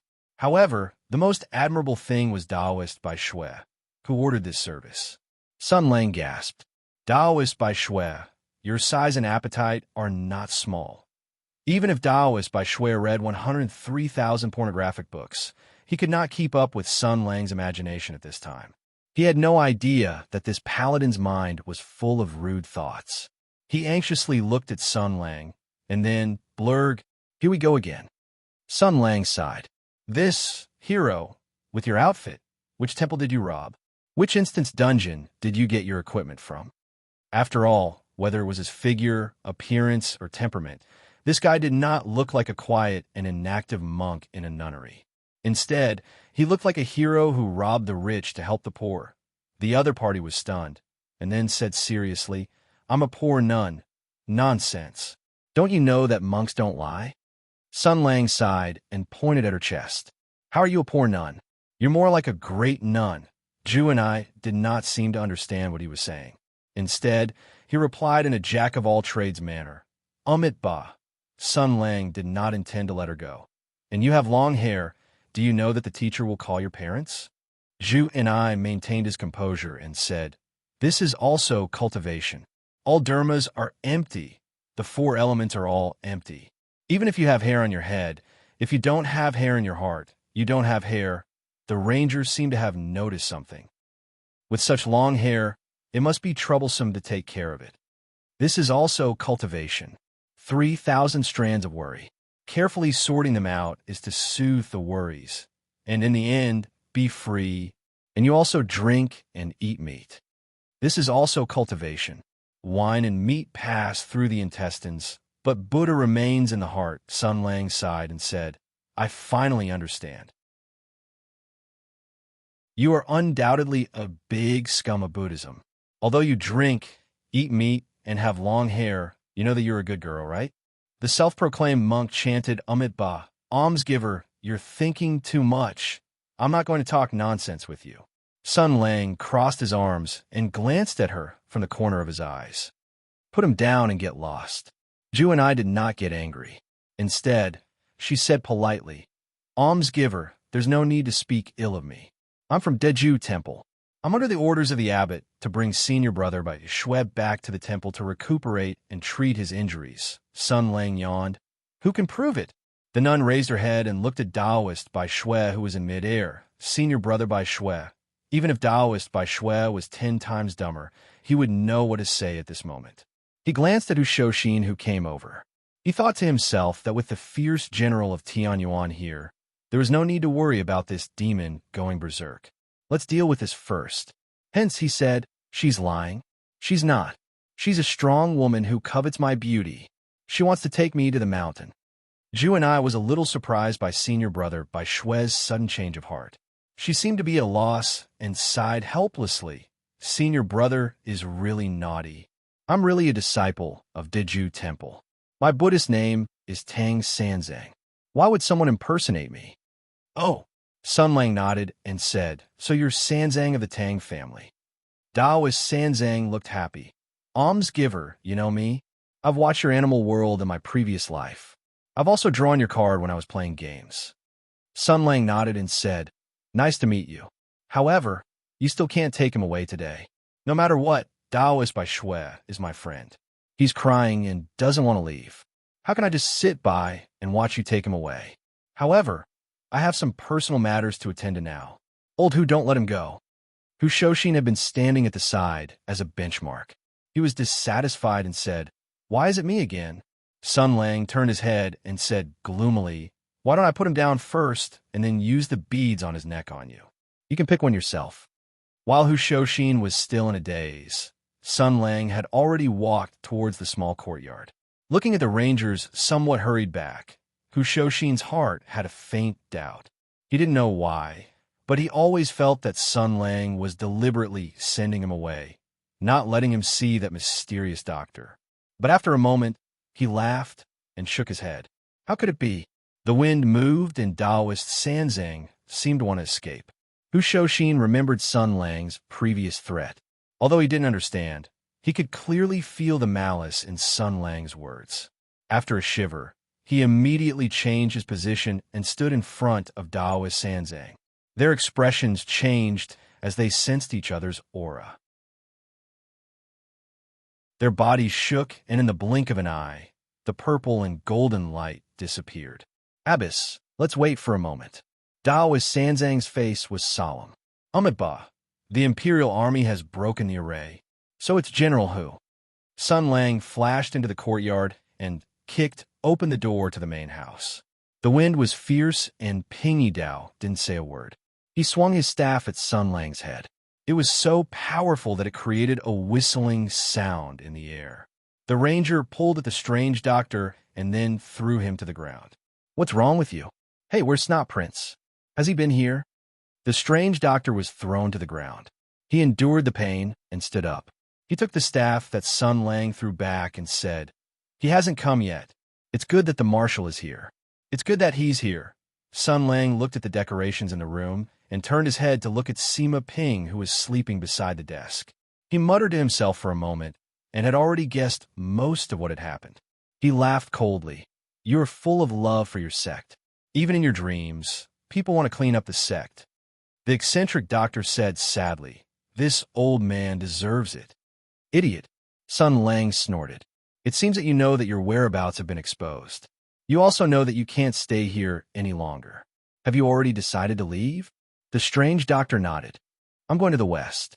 I won't set foot in the east again. Sun Lang was stunned. His tone softened. Ah, you still remember. Pingy Dao smiled bleakly. The marshal's words were so enlightening. I dare not forget them for even a day. It's just that I won't be able to repay you in this life. Sun Lang said stiffly. There are many people who owe me a debt. You're not the only one. He thought for a moment and said coldly, you want to leave your disciple here, right? Just leave him to Miss Zhao. As for that Snot Prince, I'm here to deal with him. You can leave after killing him. You'll feel more at ease. Hu Shoshin is outside. It's best if you don't meet him. Although he wasn't there, he might have heard something and caused a lot of trouble. Pingadao only nodded. I'll follow the marshal's arrangement. Sun Lang's tone softened. Once you leave, we won't be able to meet again in this life. Do you have any unfulfilled wishes in the Empire? Tell me. If I'm in a good mood, I'll consider it and help you complete it. The strange doctor was stunned. He said softly, I do have something that I want the marshal to keep. Just as the marshal said, once I leave, we won't be able to meet again in this life. The journey is long, and my fate is unknown. Maybe I'll die quietly on the road, and my corpse will be exposed in the wilderness. No one will know. Dying without a burial place is a natural ending for people like me. However, I've paid a huge price for my life's work. I can't bear to see it buried silently. Therefore, I've compiled the most precious part of my life's work, the essence of the godly knife technique, into a small booklet. When I'm done here, I'll take it out and give it to the marshal. Please keep it for me. The marshal will decide how to deal with it. You're the most qualified person in this world to deal with it. The strange doctor's eyes flashed with reminiscence. It was as if the glory and disgrace of his life were floating in his eyes, making him look haggard. The doctor said softly, I've relied on the marshal too much in my life. Your kindness is as heavy as a mountain. I won't be able to repay you even if I die. I can only repay you in my next life. Before I leave, I hope the marshal will accept my last bow. He bent his knees and was about to kneel down to pay his respects. However, Sun Lang raised his hand, and an invisible force stopped his actions. Looking at Ping Yi Dao's puzzled eyes, the ranger said indifferently, You've felt inferior your whole life. You've abandoned yourself and degraded yourself.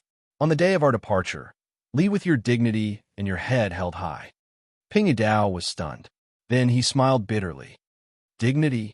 Do people like me deserve to talk about dignity? Sun Lang looked at the haggard and stooped. Ping Yi Dao, of the famous doctors in the Imperial Hospital who were on par with him in terms of medical skills. Which one of them was not high-spirited? Which one of them was not glowing with health? Which one of them was not sought after by high-ranking officials and nobles, and was respected by all living things? Only this person was in a daze, a yes man. Fame, wealth, power, and even dignity. He had nothing. He did not want anything. Suddenly, he asked the question that he had asked many times, Don't you regret it? Ping Yi Dao's eyes were bitter but firm. I'll never regret what I've wished for in my life. Sun Lang let out a long breath. He hesitated for a moment and looked at Ping Laosi. Before we leave, Dr. Ping, I have something to say to you. In this life, before he finished speaking, there was a commotion outside. It seemed that many people were shouting outside. No one knew what was going on. Ping Yi Dao's expression changed. Although he didn't know what was going on, he had a premonition. Young Master Wu Hin had made his move.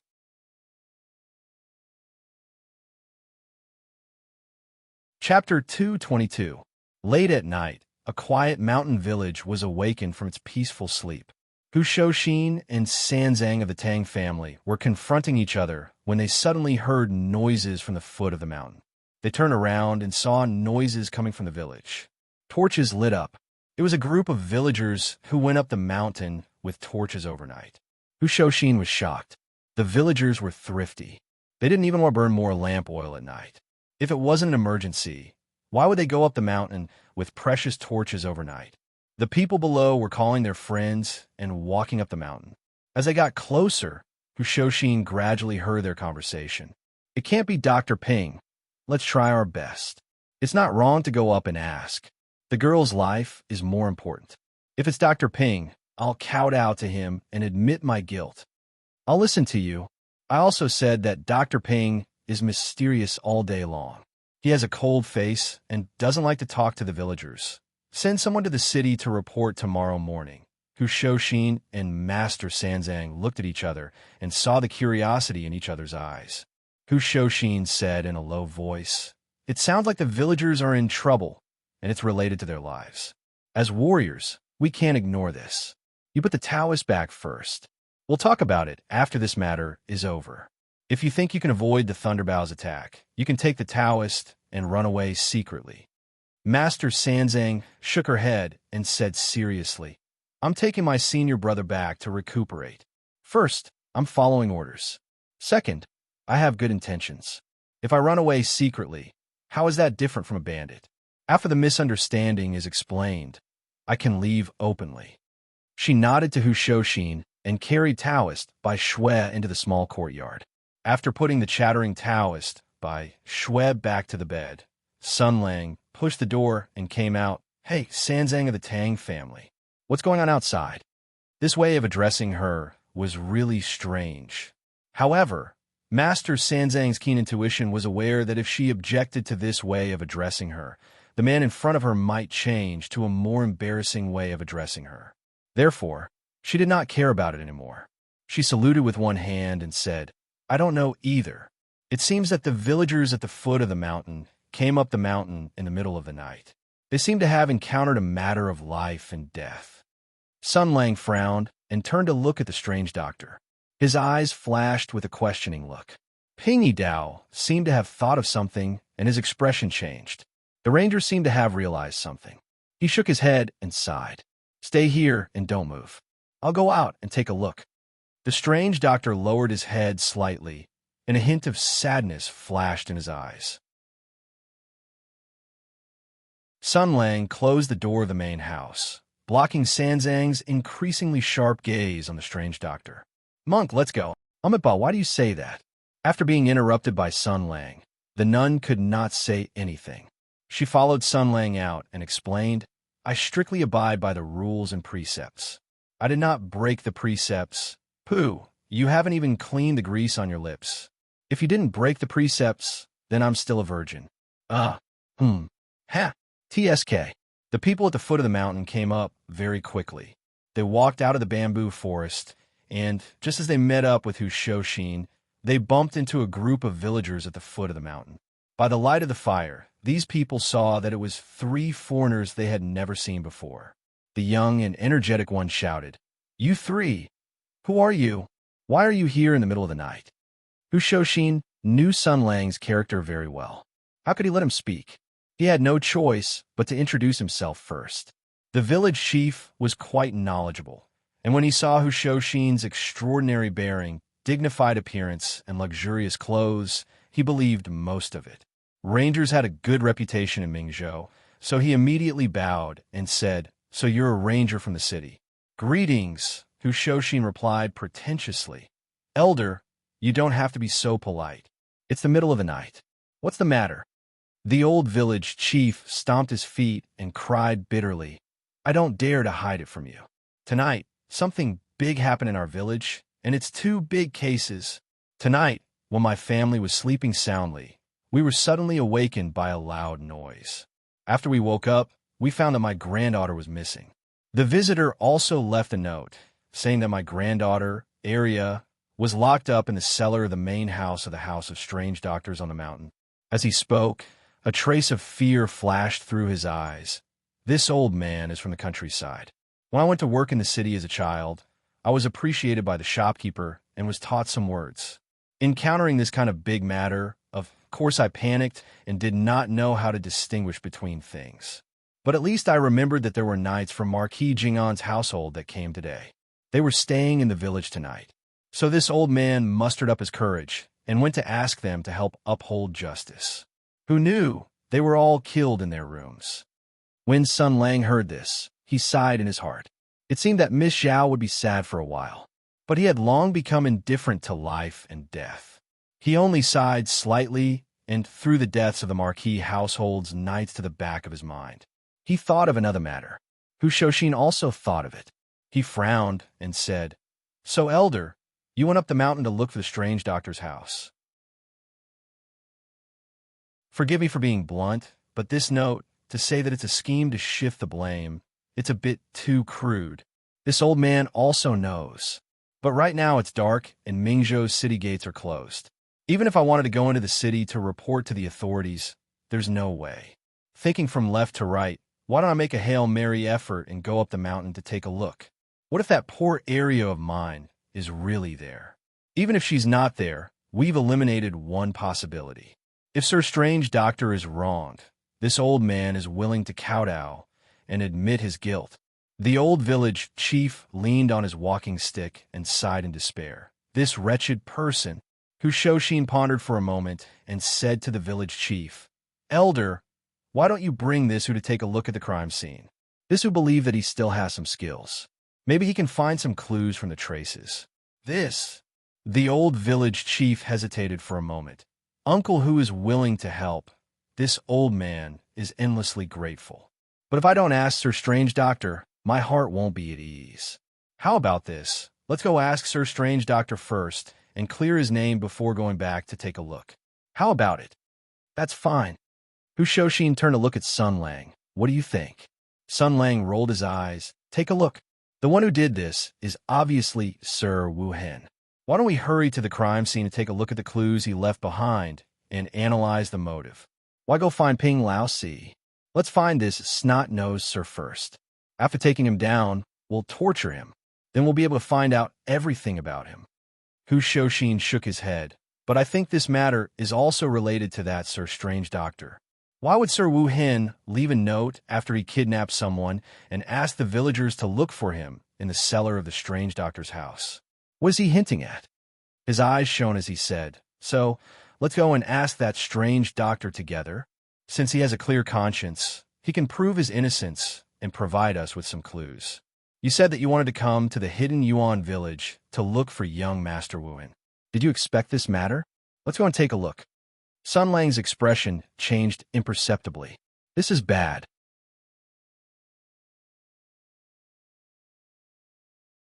Chapter 223.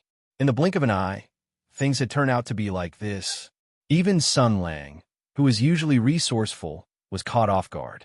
Kidnapping Arya, leaving a written note, and leading the villagers here to look for the Strange Doctor. This was nothing more than a shallow and contemptible scheme to frame someone. He could easily expose it, but there was a premise for all of this. The premise was that Ping Yidao had a clear conscience. If he had a clear conscience, even if young Master Wuhan secretly put Arya in the cellar of the Strange Doctor's house, the Strange Doctor could still save her calmly and then defend himself. With the Strange Doctor's reputation as a doctor here, and with his side as a witness, it was not very difficult to make the villagers believe that Ping Yidao was innocent, as long as young Master Wuhan was arrested as soon as possible. But Sun Lang knew that Ping Yidao was not innocent. His hands were not clean. This crude scheme to frame someone was only a small catalyst. The things hidden in the cellar of the Strange Doctor were the real strong drugs. If the things in there were known to the world, no one would care whether Arya was kidnapped by the Strange Doctor or not, because the things in there were enough for this group of angry and superstitious people to tear Ping Yidao to pieces thousands of times. This was young Master Wuhan's scheme. Simple, crude, direct, but effective. Sun Lang quickly thought of a way to deal with this situation. He looked at the aggressive crowd, and a cold light flashed in his eyes. But when his gaze fell on Hu Shouxin, he smiled bitterly to himself. Damn it, this annoying fellow is a hindrance. The villagers seem to have gained the courage to act because of their collective strength. They listened to each other's conversations and cries, side by side, and rushed into the bamboo forest and into the small courtyard. In these past few years, they were both respectful and afraid of this place, because the haggard appearance and gloomy temperament of the eccentric doctor did not fit the image of a doctor in their hearts. Now, for some reason, they seemed to have obtained some kind of indescribable courage, and even their footsteps when stepping into this forbidden area had become firm and powerful. They seemed to have realized that the strength of a group could destroy something that seemed powerful. When Sun Lang saw the villagers rushing into the forest, the coldness in his eyes intensified. He expressionlessly followed them into the forest. For now, he could only take one step at a time and observe Ping Yidao's acting skills. If things really couldn't be done, what should he do? He had already made a decision 5 years ago, and it was the same today. The Strange Doctor heard the shouts coming closer and closer. Although he didn't know what was going on, he still had a bad feeling. He looked at the window behind the main house and wanted to jump out of the window to escape. But when he glanced at Sima Ping, who was still sleeping soundly on the table, he shook his head slightly, sighed softly, tidied his clothes, and pushed the door open. The fire outside shone brightly. Ever since this small courtyard was built, it had never been so lively. The Strange Doctor leaned on his steel cane. His expression was calm as he took a step forward and looked at the village chief. "What's the matter?" His bearing was dignified, and his tone was calm. Although his figure was stooped, he vaguely had the aura of a great master. These villagers had spent half their lives in the fields and the mountains, so when had they ever seen such a person? They were all frightened by the Strange Doctor's imposing manner. Hu Shouxin followed behind and also saw Ping Yidao standing in front of the house. He couldn't help but let out a soft cry of surprise. "What the hell are you surprised about?" Sun Lang said indifferently. "Has he ever cut your foreskin?" The village chief was still worried about his granddaughter, so he stuttered as he explained the entire situation. However, his imposing manner was not as imposing as before. Pingy Dao was still Pingy Dao. His acting skills were truly astonishing. Although he instantly understood Prince Wu Hen's scheme and the key to this matter, he still remained calm and said coldly, "My house doesn't have a cellar." After he finished speaking, he turned around to leave. There was a barbarian in the crowd who didn't know the immensity of heaven and earth. When he heard this, he loudly said, "Just because you say you don't have one, you don't have one?" Pingy Dao turned his head and smiled gloomily. "What's wrong? Does this hero still want to check? Don't tell me that you want to dig 3 feet into this old man's house just because of a small piece of paper of unknown origin? In this old man's house, there are more than 100 medical books. These years, my experience in medicine is uncountable. If you farmers accidentally destroy even one of them, you won't be able to afford it even if you sell yourself." The situation fell into a deadlock. The villagers were afraid of Ping Yi Dao's imposing manner, so their morale immediately dropped. No one was willing to take the lead and smash the floor of the doctor's house. If they offended this doctor, where would they go to ask for medicine in the future if they had a headache or fever? Although this doctor was a bit fierce, in any case, he still had some skills, but they remembered that there was still a ranger from the city in the crowd. The villagers turned their heads in unison and spontaneously spread out to make a path. Pairs of pleading eyes undoubtedly wanted Hu Shoshin to stand up for them. Big Stick Who sighed. Just as he was about to speak, Sun Lang coldly said, "You also want to smash the floor of his house? He has information about young Master Wuan. If you offend him and he refuses to cooperate, I won't help you." However, he could stop Big Stick Who, but he couldn't stop the other person. When Sun Lang stopped Hu Shoshin, Master Sanzang had already stepped out of the crowd and chanted the name of Buddha. "Sir, this is a matter of life and death. Can you let this poor nun check on your behalf? Don't worry, this poor nun won't destroy your house. I only need to use my staff to knock on the floor and listen for the echo. Whether or not there's a cellar, you'll know by listening." This demonic monk was really annoying. Sun Lang's eyes flashed with an ominous glint. Just as he was about to go up and point out the concern of a woman's friend, his expression suddenly changed. Not good." Immediately after, Hu Shoshin's expression also changed. He looked at the room behind the strange doctor. At the same time, the strange doctor's expression changed greatly. Master Sanzang also took a step forward.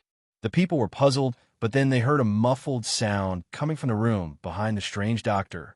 It was the sound of gears turning. A moment later, heavy breathing and panicked footsteps were heard. A black shadow rushed up from a few bookshelves and screamed in horror. When Ping Yi Dao saw this, he held his steel staff and seemed to want to take action. However, Master Sanzang had already expected this. He calmly took a step forward. A huge pressure shrouded the strange doctor, making him unable to move. The person who appeared out of thin air from the room was able to pass the strange doctor and roll into the yard. After rolling a few times, he lay on the ground. A small black shadow fell out his arms. It was a small child. The villagers recognized the 2 people by the light of the torches.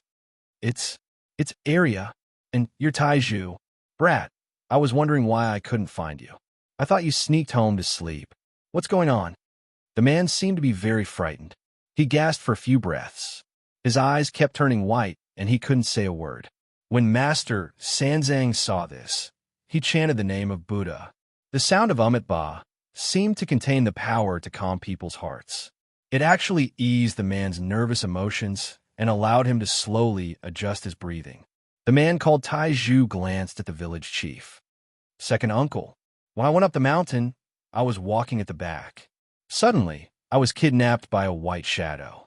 I didn't know whether it was a human or a ghost. He took me to a small cave on the cliff at the back of the mountain. He told me that if I kept climbing inside, I would find Arya. Then, he seemed to recall what he saw before. He sat up and suddenly turned his head. He saw the strange doctor standing in front of the door with a gloomy expression. As if he saw the most terrifying monster in the world, he screamed, "You devil!"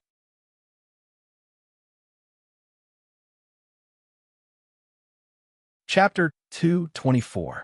As soon as he said that, Dozens of pairs of eyes looked at the strange doctor in unison, full of caution and vigilance. Master Sanzang had noticed the strange smell of blood on the strange doctor since they first met. However, at that time, he had to take care of and protect Priest by Shui, so it was inconvenient for him to investigate. Now that he saw the strange appearance of the iron pillar, how could he let go of this opportunity? His figure flashed, and he rushed into the house. The strange doctor seemed to want to stop him, but then he smiled bitterly and gave up. It was the third time. Heaven's net has a long grind, and his evil deeds were once again exposed in front of everyone. Hu Shouxin was stunned for a moment, and he looked deeply at Sun Lang. Then he walked out of the crowd and followed Master Sanzang into the main house. Sun Lang sighed and did not stop them. Instead, he flashed to the side of the strange doctor. "Why are you still here?" Ping Yidao's eyes flashed with a complicated look. He hesitated for a moment and looked at Sima Ping, who was still sleeping soundly in the house. "How can I leave Ping Er here?" Before he finished speaking, he heard a loud Buddhist chant that penetrated the thick ground and rang in everyone's ears. "Ah, me, Tua, Buddha." This voice was no longer benevolent and vast, but it was full of anger. Even Buddha had times when he was angry, let alone ordinary monks. They did not know what Master Sanzang saw below, but after hearing her voice, this monk could no longer suppress his anger. With a flash of his monk's robe, he jumped out of the cellar staircase. Looking at the strange doctor who was standing still, a faint golden light appeared on his 9-ringed monk's staff. Evil. Then, Hu Shouxin also jumped out of the cellar. Compared to the benevolent monk, he was more decisive as a general of Tianyuan. Hu Shouxin's eyebrows were raised, and his eyes were cold and murderous. Obviously, he was extremely angry. He said sternly, "I remember, in the army, there was a rumor that a military doctor stole the bodies of heroes and unfortunate people who died on the battlefield. He wantonly dismembered them and dug out their hearts to practice evil and disgusting magic. Later, to prevent the army's morale from being shaken, he was secretly executed to cover up the news and eliminate the influence. It was you. Your surname is Ping, right?" He saw that Ping Yidao was silent, and he was even angrier. What he saw in the cellar was really heartless. Moreover, this person had destroyed the bodies of heroes on the battlefield. As a general of Tianyuan, if he did not cut him into pieces, how could he face the souls of heroes in the underworld? Hu Shouxin roared. Lightning wrapped around his right fist as he punched towards Ping Yidao. "Since you have nothing to say, then die." The strange doctor was about to have Ping of Tianyuan's Ping Yidao. He could not even dodge. Ping Yidao of Tioff Tianyuan of Tioff of Tianyuan of Tianyuan of Tianyuan of Tianyuan of Tio, a Ping of Tianyuan, Ping of Tip Tianyuan. Yidao it, Ping Yidao. Yidao. With a strong gust of wind, Hu Shouxin threw out a heavy punch. Sun Lang snorted coldly and raised his left hand, aiming for Hu Shouxin's wrist. With a deafening sound, the Imperial Army's thunderbolt power, which had been used to break the formation, suddenly dissipated, turning into countless sparks of lightning that scattered in all directions. Exclamations of the villagers came from outside. Master Sanzang wanted to chase after Hu Shouxin. After Sun Lang forced Hu Shouxin to retreat, he turned his head expressionlessly and glanced at her.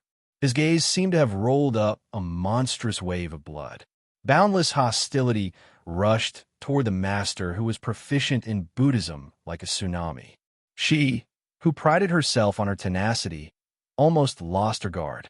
She hurriedly chanted Buddhist scriptures to calm her mind. Mr. Hu was furious at this moment. Being stopped by Sun Lang, he threw out another punch without hesitation. Sun Lang countered with a backhand palm. The two of them exchanged a few blows like thunder and wind. Their gangqi was fierce, and their strength was unstoppable. Hu Shouxin was at a disadvantage in terms of moves. Sun Lang saw the opportunity and brushed 3 fingers on Hu Shouxin's right fist. He exerted force and shook the fist. The internal strength of the two collided. Hu Shouxin was at a disadvantage again. He was thrown into the air and fell back. He took 7 or 8 steps back before he could stand firm. Before Hushoshin could stand firm, everything that he had just seen flashed through his mind. Anger rose in his chest. He said sternly, "Sun Lang, I thought you were casual in small matters, but not muddle-headed in big matters. What are you doing now?" Sun Lang said indifferently, "He can't die here, and he can't die in your hands." Hushoshin roared, "Do you know what's down there? Go in and take a look. Then come out and say this again." "There's no need to look," Sun Lang said calmly. "I have a general idea of what's down there. When we were fighting, the ground was full of it. It's not like you haven't seen it before. Don't make a fuss about nothing." "Make a fuss about nothing?" Hushoshin roared. "Only the extraterritorial sky demon would chop people into pieces, pull out their internal organs, and mince them. This bastard captured people and cruelly killed them. He even made them look like that. After they died without an intact corpse or a proper burial ground. They can't be reincarnated, and they won't be able to rest in peace after death. Are you still going to protect this kind of trash? He didn't take the initiative to kill innocent people, and he wouldn't dig up other people's graves without permission. This is the agreement I made with him before." Sun Lang said calmly, "I believe in him."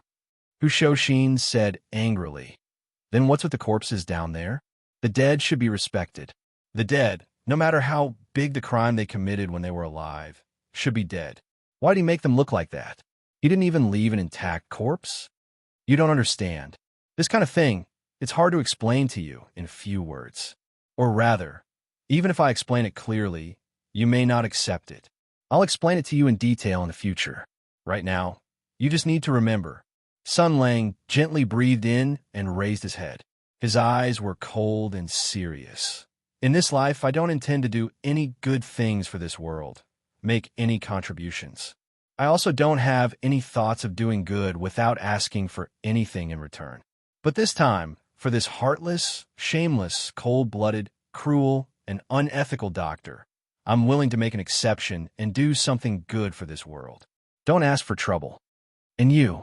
The ranger turned his head and looked at Master Sanzang, who had just regained his mobility. He said indifferently, "If you chase him again, I'll send you to see Shakyamuni." At this time, the noise outside was heard again. It turned out that after the strange doctor was kicked out by Sun Lang, he gritted his teeth and disappeared without a trace. No one knew where he ran to. The villagers couldn't catch the strange doctor. Hearing Taiju intermittently talk about the horrible things he saw in the cellar, they were all shocked and angry. They clamored to rush into the house. Seeing is believing. They wanted to see with their own eyes whether or not it was true. At this time, the door had been casually closed by Sun Lang. The villagers could only hear the shouts and the sounds of fighting inside, as well as the indistinct quarrel. They could not imagine, no matter what kind of perilous waves it would set off in the Empire if the result of the fight in the short span of 10 breaths spread out. They also did not understand how terrifying the young man inside, who seemed to be in cahoots with the strange doctor, was. They only honestly believed that Uncle Hu and the senior monk seemed to be standing on their side. In addition, there were so many people here, what was there to be afraid of? Therefore, after gathering their courage, a dozen strong young men pushed open the door and looked at the 3 people in the room with vigilance. They saw Sima Ping lying unconscious on the table and were stunned for a moment. Looking at the little girl, their eyes became vigilant and uncertain. After the village chief and a few elders in the village discussed for a while, they decided to first go to the cellar to take a look. Sun Lang looked at the dozen or so people entering in a single file. He only smiled coldly. He would not take the initiative to remind them, and Hushoshin was currently in a rage. Master Sanzang was greatly shaken by Sun Lang. There were 3 martial arts experts in the house, but they actually allowed a dozen or so villagers who only had a little bit of brute force to enter this terrifying cellar filled with dense blood qi. A moment later, there was an earth-shattering scream from inside. A moment later, a group of people surrounded the village chief and fled in terror. At this time, Sun Lang's expression changed. Because he saw the body of Sima Ping, who was sleeping soundly on the table, suddenly moved slightly. At this time, she was actually going to wake up.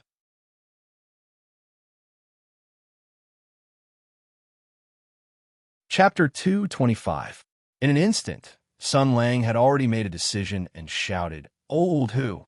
Shoshin saw his gaze and knew what he was thinking. He flashed to Sima Ping's side and gently slashed the girl's neck, knocking her out again. The paladin nodded. "At least you still have a little conscience." As he walked to the door, he said coldly, "I'm going to find young Master Wu Hin and end this matter. I'll give you an explanation about Ping Yi Dao later. Now, you send this girl back to the fishing immortal pavilion." But before he finished speaking, a shout came from behind. "Don't think about running away." Sun Lang looked back in surprise and saw a group of villagers with angry faces. The village chief pointed at him and said angrily, "You just let that demon go. You're with him, right?" The paladin was stunned for a moment, and then he laughed heartily. "Yeah, so what? Then don't think about running away." The village chief's face was full of lingering fear. He remembered the horrible scene in the cellar and slammed his crutch hard. "Either you tell us the whereabouts of this demon, or you come with us to see the official at dawn." "Oh." Sun Lang nodded. "You're already determined to be a demon so soon. Well, I'm more curious about one thing. This Ping Laosi has lived here for several years, but he hasn't treated you once? None of you here have ever been his patient? Have you not received his kindness? Have you not knelt here and kowtowed before to thank the great kindness of this miraculous doctor who saved you? How did he become a demon?" The fierce momentum of the villagers was slightly reduced, and a look of surprise and reminiscence appeared on their faces. But the village chief was knowledgeable and experienced, and he saw through the trick at a glance. He trembled and shouted, "I was also curious. How could such a gloomy and evil person be so kind? Now I understand.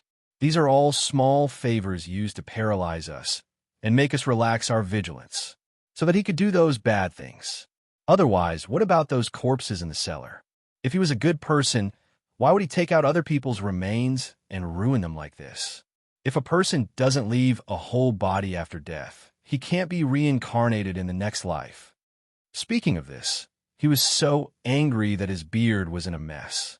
He slammed his crutch and said, "What kind of enmity do we have with him? How could he do such a thing?" The village chief's words gave the villagers plenty of courage and confidence, making them even smarter and braver. Many of the more quick-witted people also thought of the devil's schemes and evil deeds. "The village chief is right. This devil has evil intentions. My uncle was sick before.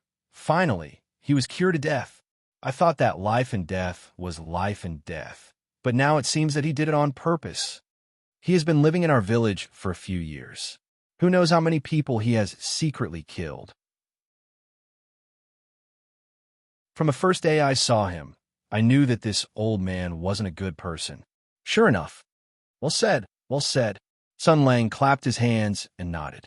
"Like I said, Ping Laosi is a complete idiot. Ha! Look at him, I feel bad for him. He was betrayed by the person he had been protecting, and he thought that all his sacrifices and efforts would be rewarded. He thought that there would be someone who would understand and support him, so he naturally met with such an ending. Ha ha ha ha. This isn't strange." He kept clapping his hands and laughing, but the coldness in his eyes couldn't be dispelled. Shoshin saw his posture and knew that something was wrong. He quickly and carefully picked up Sima Ping and said to Sun Lang, "I'll send her off. You should also hurry up and catch young Master Wuan. We'll talk about Ping Yi Dao when we get back." However, his actions attracted the attention of the villagers, causing them to discover Sima Ping's existence. The village chief looked at Sun Lang's unfathomable appearance, and he seemed to be familiar with Shoshin. He was a little afraid of this young man, but in the blink of an eye, he saw the other suspect in the case and shouted, "Uncle Hu, wait. This little demoness is that devil's disciple. She must know where that devil ran to." Sun Lang originally wanted to leave, but he stopped when he heard this. The coldness in his eyes deepened, and he chuckled. "Oh, this change in treatment is fast enough. She should be a little angel delivering medicine before, but in the blink of an eye, she became a little demoness." Shoshin frowned. "This little girl isn't a bad person. She probably doesn't know anything about this matter. Why let her? The village chief stamped his feet. Foolish, foolish. This little girl is that devil's only disciple. How can she not know what her master is doing?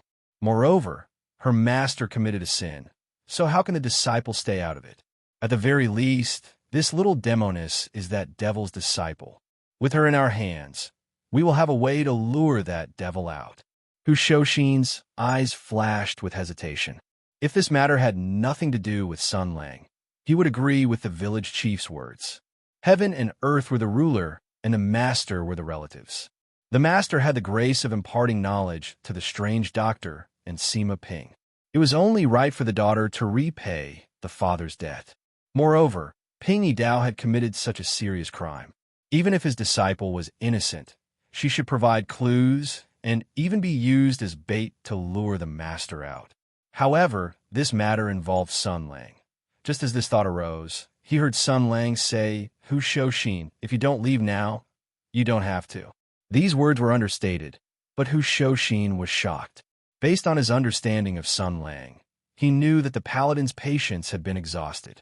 These words were not polite words, but an ultimatum.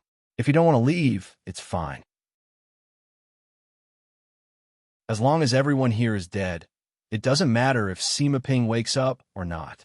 He knew that Sun Lang was a man of his words, especially when it came to killing people.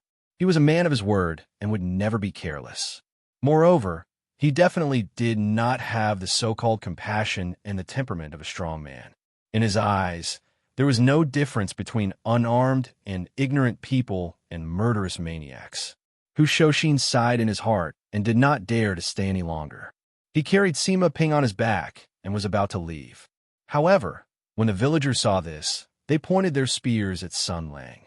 Obviously, the paladin's obstructive attitude had angered these angry people. You've obstructed us time and time again. You won't let us do this, and you won't let us do that. Could it be that the village chief was right, and you are that devil's accomplice? Could it be that the bad things in this cellar are also related to you? When Sun Lang heard this, he laughed and said, of course, in my life, what bad things have I not done? The only thing left is to kill the emperor. I will find a chance to make up for it in the future. You're right, the corpses in this cellar were all dug up by me. I just don't know if they're any of your family's ancestors. If any of you are filial, I will send you to the underworld to send them off. Hu Shoshin had known him for a long time. When he saw the change in Sun Lang's expression, he knew that his killing intent had risen. Hu Shoshin could not help but feel a chill in his heart. The situation had turned to the worst. Before he could say anything to dissuade him, there were already impatient people outside who picked up the stones on the ground and threw them at Sun Lang. Kill him. The ranger's expression was stern. He stretched out his hand, and with a terrifying explosion, the stones that were flying over roared back with a force 100 times stronger. At the critical moment, Master Sanzang, who had been silent all this time, blocked the way. He raised his 9 rings monk staff and used all his strength to block and block. The force attached to the stones was diverted to the sky by her, but there was still a small part of the force that could not be diverted and was forcibly received by her. She fell back a few steps, the golden light on her body intertwined several times. She opened her mouth and spat out a small mouthful of blood. She looked at Sun Lang with eyes full of extreme shock and disbelief. Who was he? Sun Lang was not willing to give up. His face was covered with frost, and he strode out. A group of trash. If a few of you don't die, you won't know how powerful I am. His figure flashed, and Hu Shoshin once again blocked in front of Sun Lang. Stop. What do you want to do? The ranger coldly said, Why do you ask when you already know the answer? Is it strange for a person like me to kill the innocent? Or do you think I'm a good person? Don't let your emotions affect your decisions. Hu Shoshin shouted in a low voice. You are not the kind of person who causes trouble. What is going on? Can't you explain it clearly? I can't explain it clearly, old Hu. If I could explain it clearly, Ping Yidao would have explained it clearly decades ago. If I could explain it clearly, I would have explained it clearly 5 years ago. Sun Lang coldly said, Things in this world are difficult to achieve. Fate is full of irony. Do you want me to explain to this group of ignorant, suspicious, selfish, and ungrateful people what anatomy is? What is the pain of the enlightenment of modern medicine? What is the merit of 1,000 years? It's useless. We are all humans, and we all have our own standpoints. Some things, no matter how much I explain, will not be accepted. The mature mainstream medicine that has been passed down for thousands of years does not want other medical systems to challenge their position. The imperial army and martial artists are invincible in this world, and the empire does not want to have a real human anatomy to break the mystery of martial arts. The society that is full of human feelings and pays attention to the reincarnation of life and death does not want to see people die without a complete corpse.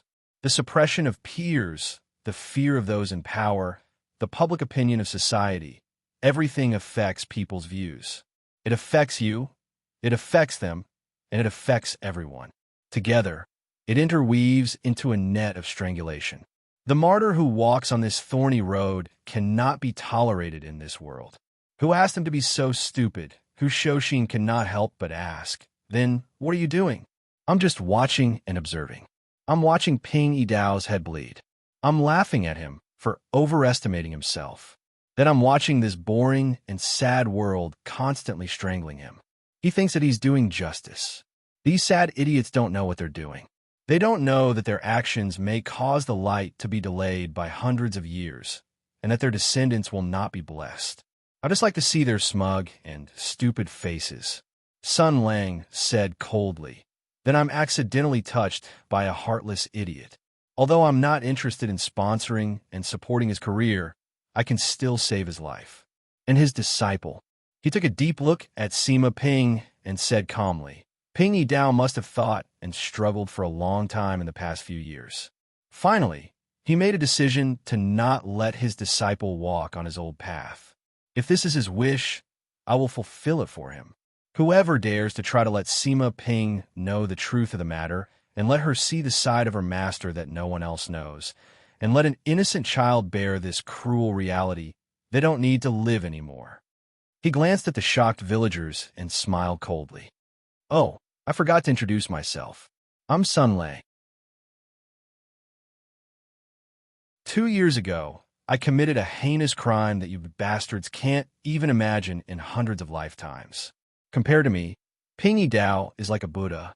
May I ask if you're interested in adding a few dozen insignificant strokes to my record of killing people?"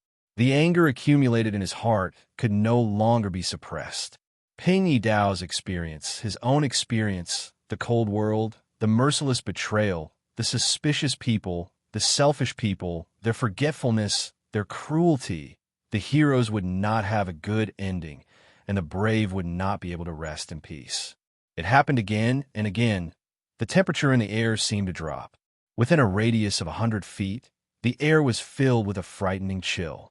Sun Lang's eyes became colder and colder. Just as he was about to take action, he suddenly heard a weak cry, "Sun Lang." Sun Lang's expression changed. Although he did not know why Sima Ping suddenly woke up, he still changed his position after being surprised. He reached out his hand and pressed down the back of Sima Ping's neck. He could not care less. But at this moment, the girl's voice became louder. "Don't." Sun Lang's hand stopped in midair. He said calmly, "Be good. Have a good sleep. We'll talk when you wake up." The girl was still lying on Hushoshin's back. Although her voice was weak, she gradually recovered her spirit. "Don't. What happened?" "Previously, Master seemed to have used some medicine to make me unconscious. I woke up halfway, but I was knocked unconscious again by this uncle. He used just the right amount of strength. However, I had already fainted once, so my body subconsciously resisted. Therefore, although I fainted again, I was in a half-awake state. I still heard some words." She pressed her hands on Hushoshin's shoulders and tried to straighten her body.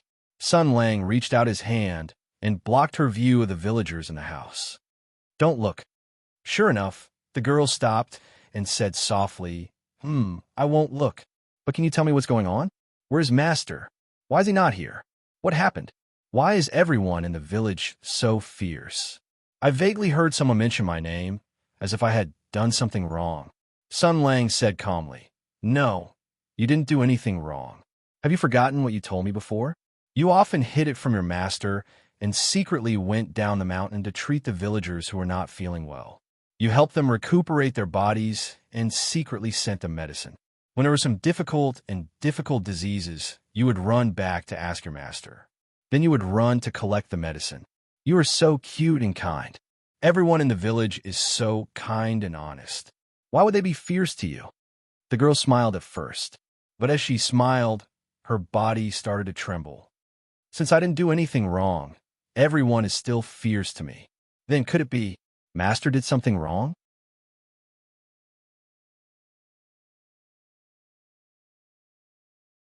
Chapter 2:26.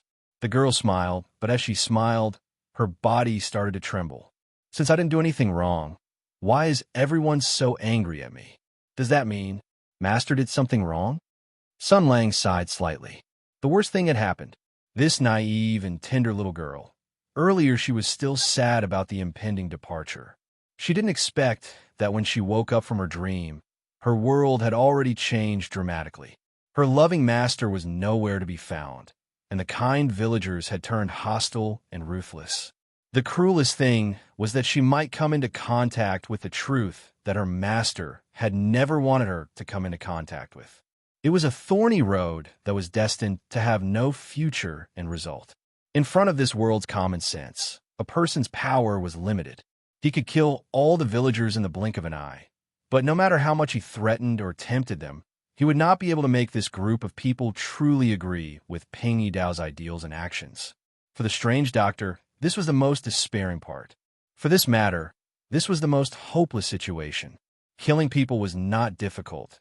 Taking revenge was not difficult, but changing this world and changing people's perceptions was a huge and difficult task.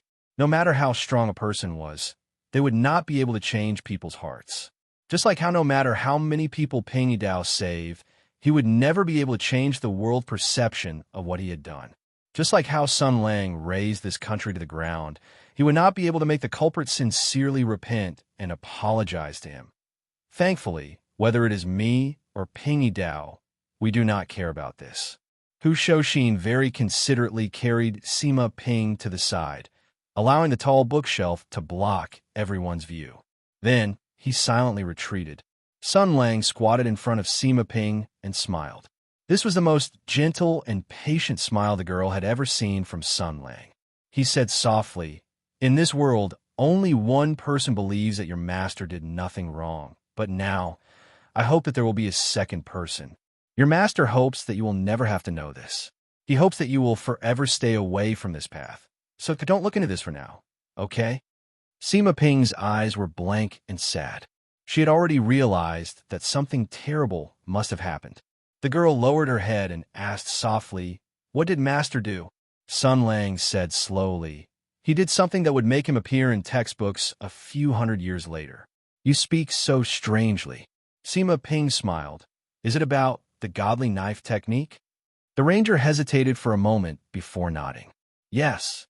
The girl whispered again. "Everyone saw it, right? That's why their attitudes have changed." "Yes." Sima Ping said softly. "I want to take a look." Sun Lang said indifferently, "That kind of thing is not suitable for children." "Your master doesn't want you to see it either." The girl raised her head and looked at Sun Lang. "What about you?" The ranger was silent for a moment. Then he suddenly laughed.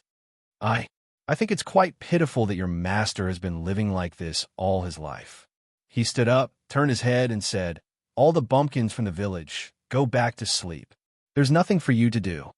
Someone was still unconvinced. He glanced at Master Sanzang and Hu Shouxin, then straightened his neck and said, "Oh, what are you waiting for? Are you waiting for death?" Hu Shouxin's sudden shout was like a sudden clap of thunder on the ground, shaking everyone's ears with a rumbling sound. When the people realized that the grandpa who came from the city was no longer supporting them, they panicked and hugged the old village chief as they swarmed out of the door and ran outside. The wind even left behind the mumbling of a few people who were not very alert. Why are they leaving just like that? Are they not going to catch that devil? Catch my ass. You're so powerful. Why don't you go? Fortunately, after this incident, that devil won't stay here anymore. Let him go just like that? By the way, did you hear what that old man said? His house of books is worth a lot of money. Do you want us to secretly come over and take some of them in the future? Treat it as his compensation? Nonsense. Compared to that house of broken books, his little disciple is a treasure. At such a young age, she's already like this. Ha! It's a pity that kid is here. The few people present had outstanding martial arts. They had sharp ears and eyes.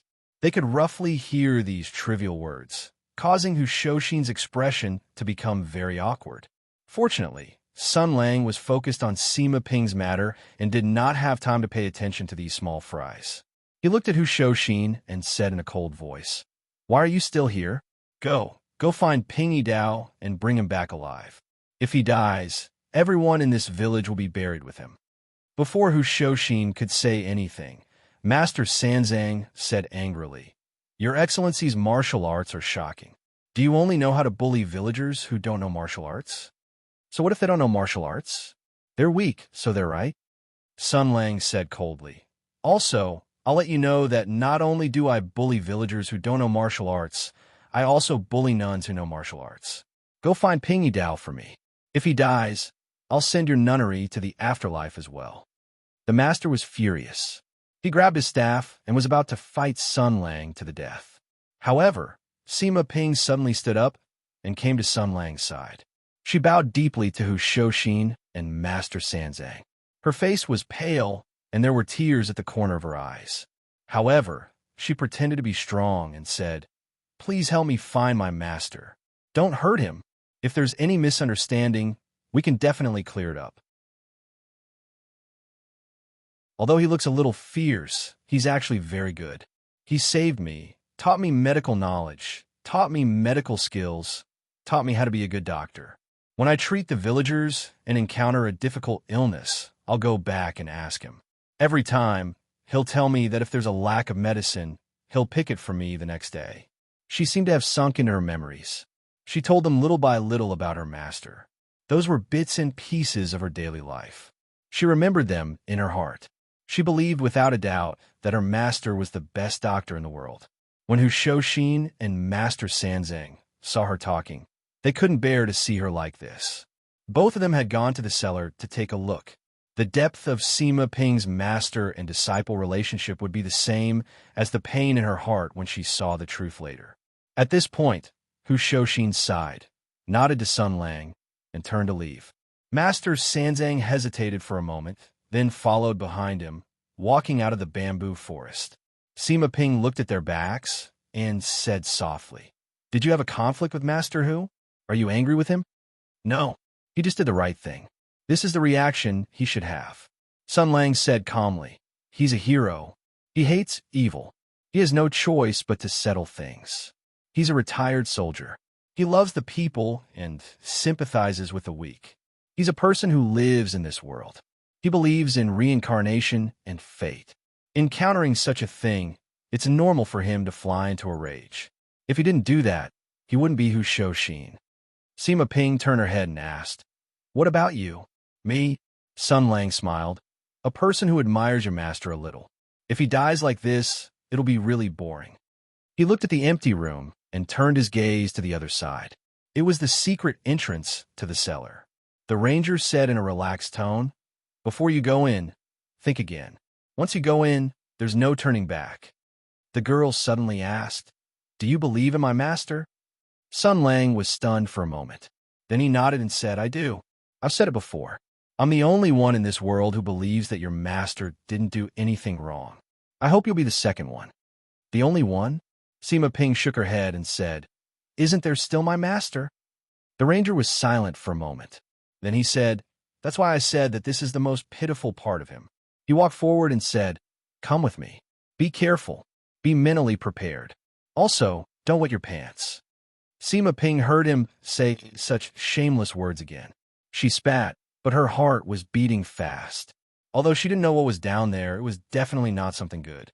She knew in her heart that once she entered the cellar and saw what her master had been hiding from her, some things would completely change. There would be no chance for her to start over. But what appeared in her mind were the scenes of her master and her interactions with him over the years. When she pestered him to teach her the divine knife technique, her master rejected her with a mixture of love and anger. She thought of what he said a few days ago, his request to kill 100 people. She thought of his merciless reprimand and ultimatum that day. Every sentence that he said seemed to have hidden a deep meaning that she couldn't understand. What was in the cellar was her master's biggest secret. The reason why he lived in seclusion in the mountains, and the key to the divine knife technique. That was the path that her master pursued all his life. No matter what was inside, I want to follow my master's footsteps. I want to inherit his legacy. I want to become a doctor like him. Such a pure and determined thought gave the girl the courage to face the truth. She took a deep breath and followed Sun Lang into the entrance of the passage. Along the winding corridor, she smelled the turbid air. In the air, there seemed to be a strange smell that she was familiar with. She looked at everything that she saw. She had lived with her master for a few years, but she never knew that there was such a place hidden in her master's room. What was her master's secret? Before the thought that flashed through her mind disappeared, Sun Lang casually pointed and lit the candle on the wall. In an instant, the things in this huge underground dark room were illuminated by the light. The purest darkness was displayed in front of the ignorant girl's eyes. Pieces by pieces, things soaked in a strange liquid. Pieces by pieces, things shaved cleanly. Things hung on the wall. Things suspended in the air. Things hanging in the air. Things with closed eyes. Things that were already dead. Things separated. Things cut open. Things like a hunter's house. Things like a butcher's house. Hanging, lying down, standing, floating, tidying up, not tidying up, neat and tidy. The girls seemed to be talking in a dream. These? What are these? Sun Lang said calmly. People. Sima Ping blinked her eyes. Her eyes were not focused at all. In an instant, she quivered. Her soul seemed to have returned to her body. Then, her pupils suddenly shrank. In an instant, reality triumphed over her ideals. Facts suppressed her rationality, and cruelty drove out her beliefs. The dreams and fantasies of the naive and ignorant little girl were shattered by the bloody facts. The so-called determination and willpower in her fantasies could not even last for a second in the face of reality before they were shattered. She covered her head and let out a hysterical scream.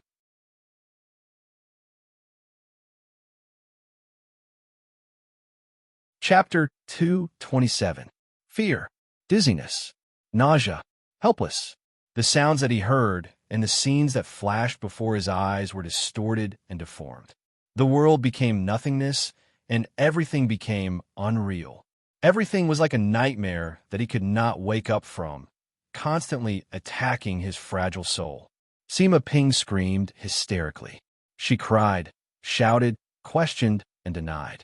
But no matter how she tried to escape, how weak she appeared, and how pitiful she cried, the person who accompanied her still had a heart of stone and continued to crush all her hopes. Human, your master did it. I'm not framing you. I have no difficulties. It's not a dream. This is what your master has always been carrying. This is what he doesn't want you to carry. No, I don't believe it, Sima Ping roared. This wasn't done by my master. He would never do such a thing.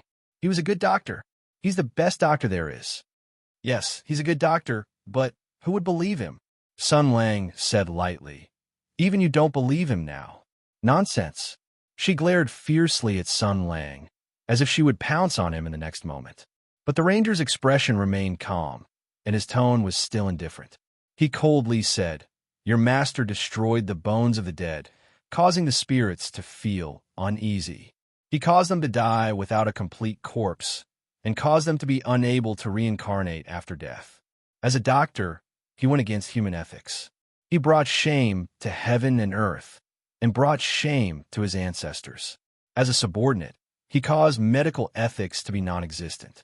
He was deranged and rebellious. Enough! Sima Ping screamed. She was on the verge of breaking down. Madness flashed in her eyes. She turned around and looked at the room full of nightmares. Her body swayed a few times as she muttered to herself, These are all fake. These are all nightmares. These are all lies. As long as we destroy all of them, burn them all, She turned around and ran out. When she came back, she was already hugging a large bucket of things to ignite the fire.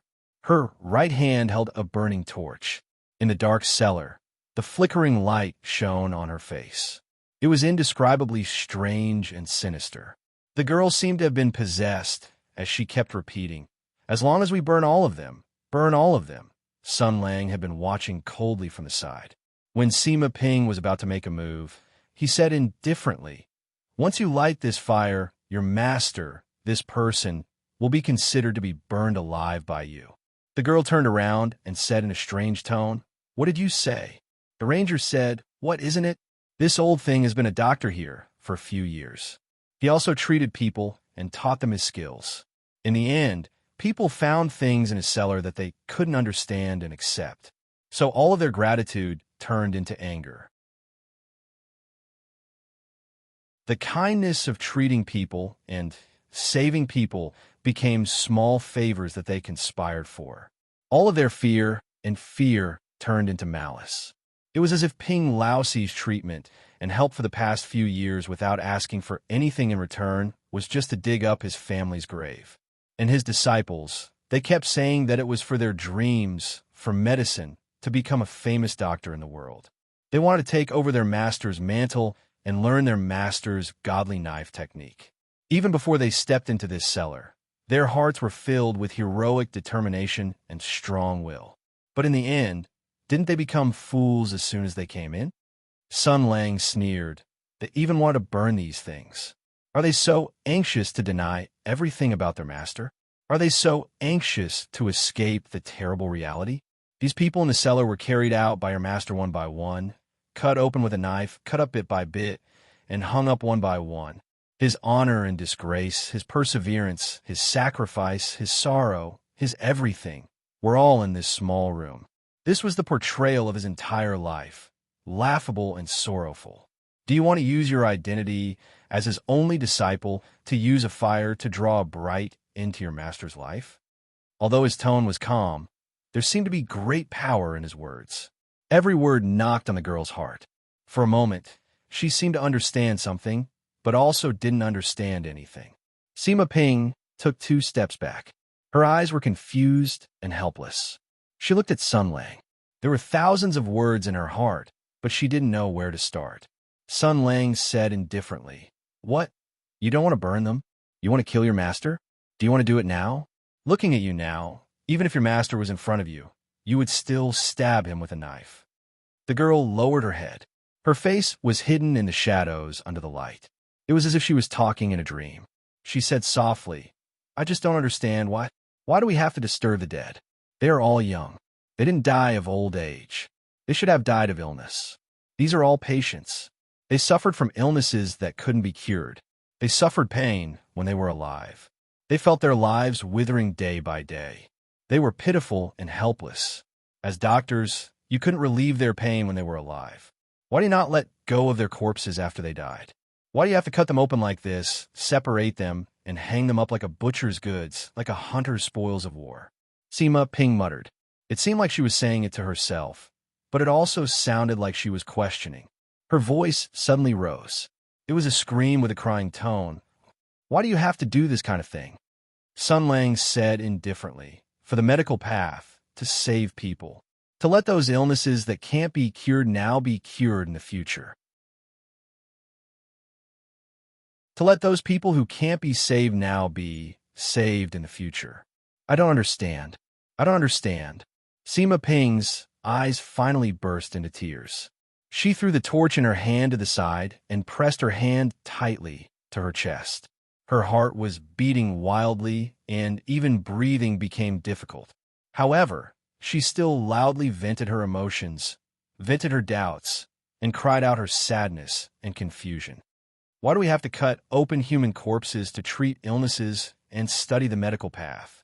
Can't we look, listen, ask, feel, perform acupuncture, and prescribe medicine? Haven't we been treating patients like this for thousands of years? Isn't this the skill left behind by sages and ancestors? Using the outside to know the inside. This is what my master taught me. It can cure patients. If we study the medical path, why do we have to use this kind of method? Sima Ping cried loudly and roared. Generations of medical experts have also walked on this path.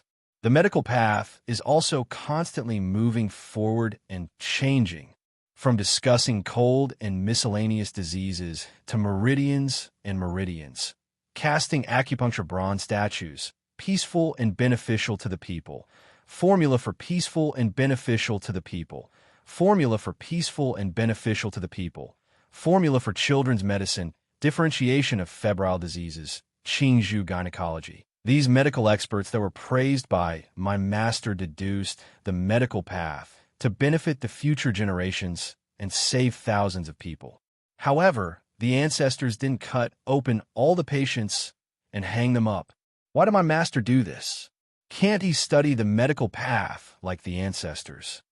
It's precisely because the ancestors didn't do this that your master did it, Sun Lang said calmly. Although he didn't do this, he could also study the medical path. He deduced the medical path following the path opened by the ancestors. He made results and left his name in the future generations, becoming a great expert that the future generations admired. Although he didn't do this, after a few hundred years, there would be people who would open up another path and carry it forward, but he still did it. In the end, he ended up like this. It's really stupid, don't you think so? Sima Ping was in a daze, and tears fell. She didn't know why she was crying. She choked and said, I don't understand. After my master took me in as his disciple, the first thing he taught me was to let me recite the medicine sage's theory of the essence and sincerity of great doctors. He read it, and I read it. After I was familiar with it, he asked me to recite it. If I made a mistake, I would be severely beaten. I memorized it very well, and my master also remembered it very well. He said that this is the foundation of a doctor's life, the way to look up to heaven and earth. Since ancient times, wise people used their lives to treat illnesses. Although they were called lowly animals and noble people, as for loving life, humans and animals are the same, harming others to benefit oneself, suffering from the same thing. What does it matter to humans? Men kill to survive and go to live further. Today, I don't need to use life as medicine, and this is the reason. She raised her head and looked at Sun Lang. She said in a daze, doctors are usually benevolent. They often see birth, old age, illness, and death. They respect and love life and treat everyone equally. They can't even bear to use living creatures as medicine. My master asked me to memorize the theory of the essence and sincerity of great doctors. He said that this is the foundation of a doctor's life, but he did this to his dead patients. They are the same as us, Sun Lang sighed and shook his head. You still don't understand. The essence and sincerity of great doctors. The essence and sincerity of great doctors. Your master's life is worthy of these 4 words. There are thousands of doctors in this world. Selfish quacks can't understand his motives. Noble and enthusiastic doctors can't agree with his way. From the beginning to the end, your master is just a martyr. There is no end to it, no hope.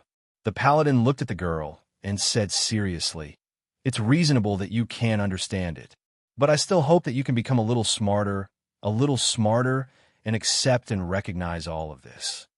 Because you will never be able to imagine just how precious the acknowledgement from the bottom of his heart is to him, who is walking on this path.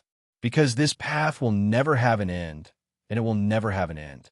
So, when he is walking on this thorny path in a daze, just how precious is the kind support and encouragement along the way. Sun Lang smiled. This is the biggest reason why I brought you down here. After all, we are friends, and we can barely be considered close friends. Before we leave, we will never meet again in this life, so I have to give him a gift. Sima Ping looked at Sun Lang. The madness and collapse in her eyes gradually faded. When the strong obsession supporting her body dissipated, she showed the appearance of a normal girl. The girl couldn't hold on anymore. She looked at the people around her and vomited.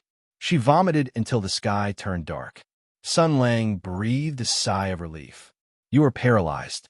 I finally managed to persuade you. What the F***, what is this? When a girl falls into despair and sadness, isn't the standard script to hug her tightly and use a warm embrace to comfort her broken heart? Another more beastly path is to give her a big slap first and then hug her after she is stunned. But these two paths are not suitable for me. Think about it. Don't talk about a big slap and a bear hug. I can't even pat her shoulder or back to comfort her. Otherwise, this matter will immediately develop in a very strange direction. Just thinking about that scene makes me feel awkward. While he was wallowing in self-pity, Sima Ping leaned against the wall and vomited for a while. She finally recovered and took out a handkerchief to wipe her mouth. Sun Lang glanced at her and said slowly, "After vomiting, don't rush to do other things. Otherwise, you will easily be stimulated a second time and suffer more. First, you need to regulate your breathing and then do the breathing according to my instructions.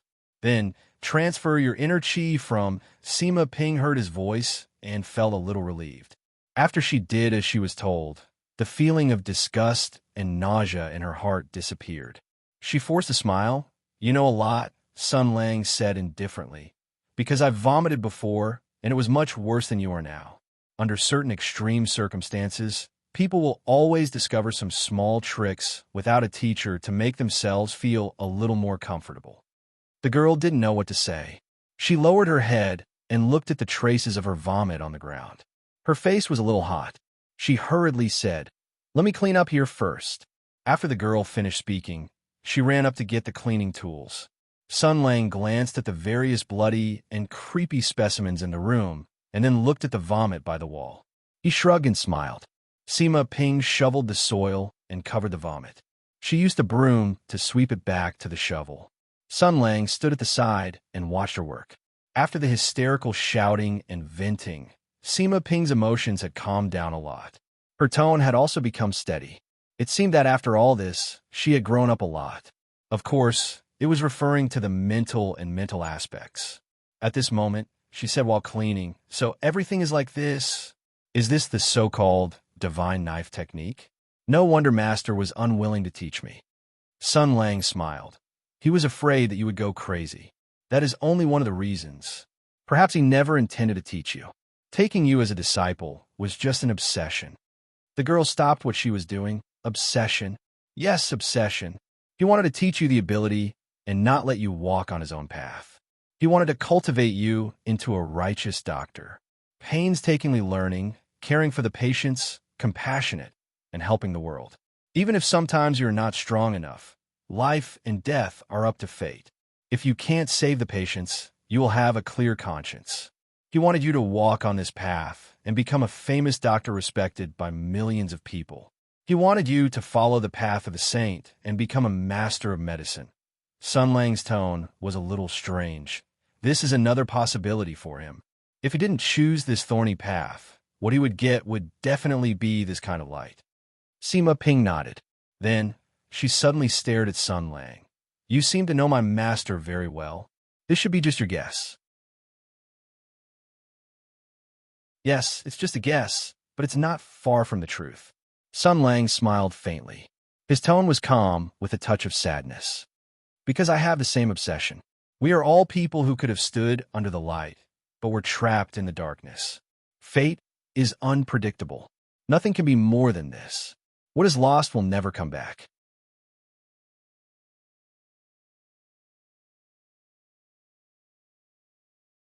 Chapter 228. Sun Lang and Sima Ping sat on the floor between the books in the main room, chatting aimlessly.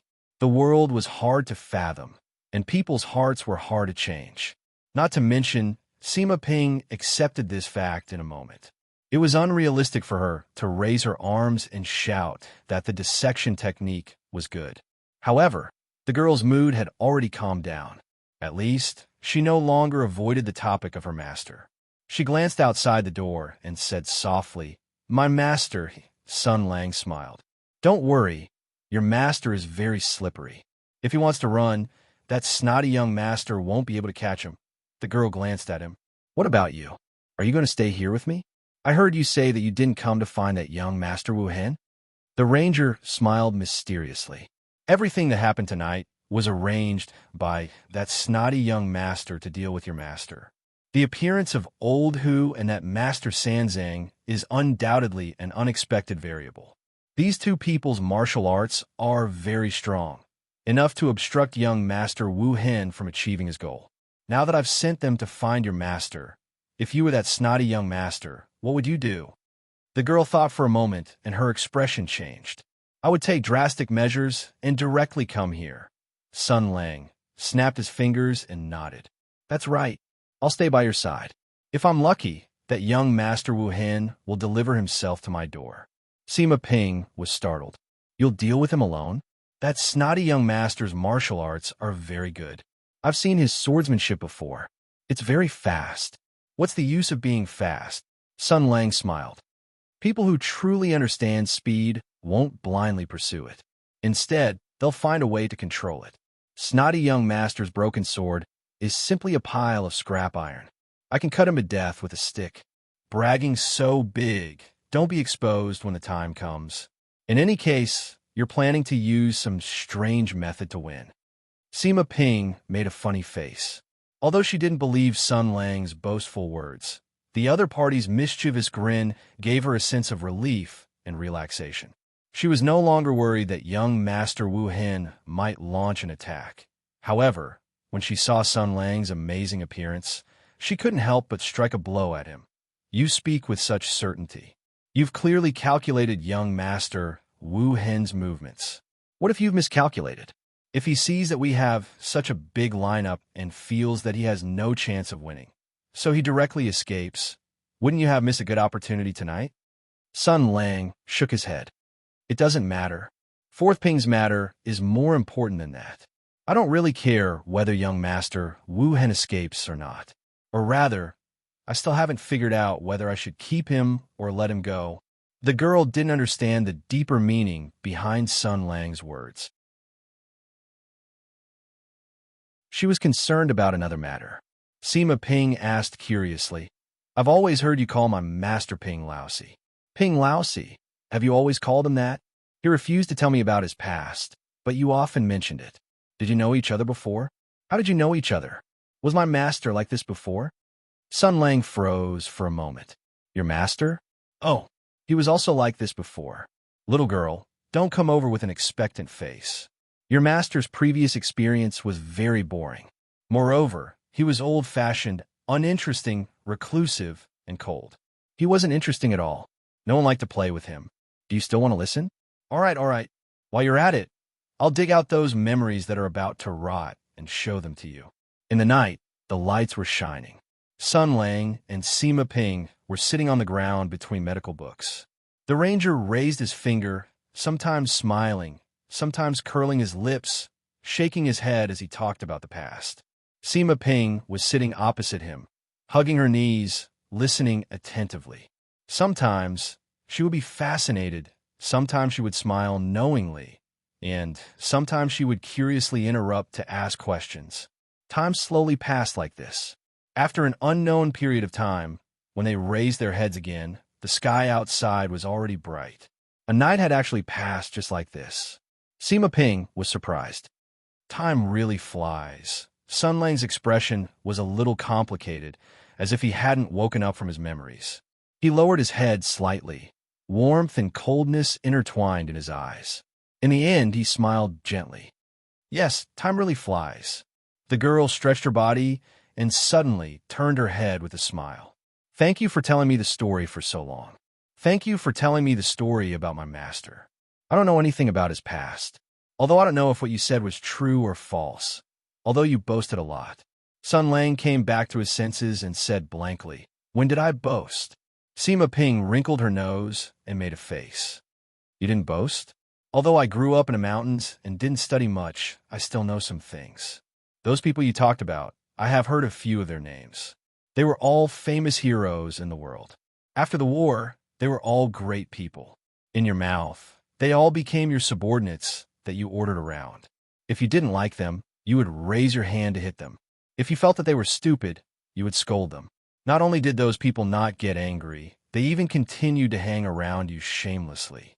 They followed you all day long, helping the evildoer do evil things and helping you to do some shameless bad things.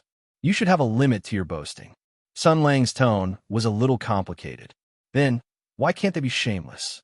Although they are officials, although they are in the history books, they are still human. Why can't they be stupid? Why can't they be stupid? Why can't they be asking for a beating? Why can't they be hooligans? Do you think that they're all perfect people who do not eat the food of mortals, care about the people of their motherland, and have no stain on them at all? Sima Ping squinted and said, "Nonsense. Fine, even if you were right, and those heroes of the Heaven's Origin sector have made great contributions, they are still flawed people. But what about the most important question? Your subordinates and friends are all officials and ministers, and they are all first-grade officials. They are rising to the sky and bringing honor to their ancestors. Then, why didn't you get anything? Your subordinates are all so promising. You should at least be bestowed with a different surname." Sun Lang said proudly, "Of course, it's because I'm indifferent to fame and fortune. I came out of the mountains and entered the world only for the people of the world. After I won the war, I will naturally retire. I regard fame and fortune as nothing. I will wander the world as a free cloud. Isn't that wonderful?" Sima Ping spat. "Nonsense. Only a ghost would believe that." "Yes, even a ghost wouldn't believe it." Sun Lang sighed leisurely and said softly, "Which man doesn't have the desire to win the war? Which man doesn't have the dream of making great contributions and being admired by the world? Bloody battles on the battlefield, risking life and death. Who is willing to shed their blood and tears for nothing?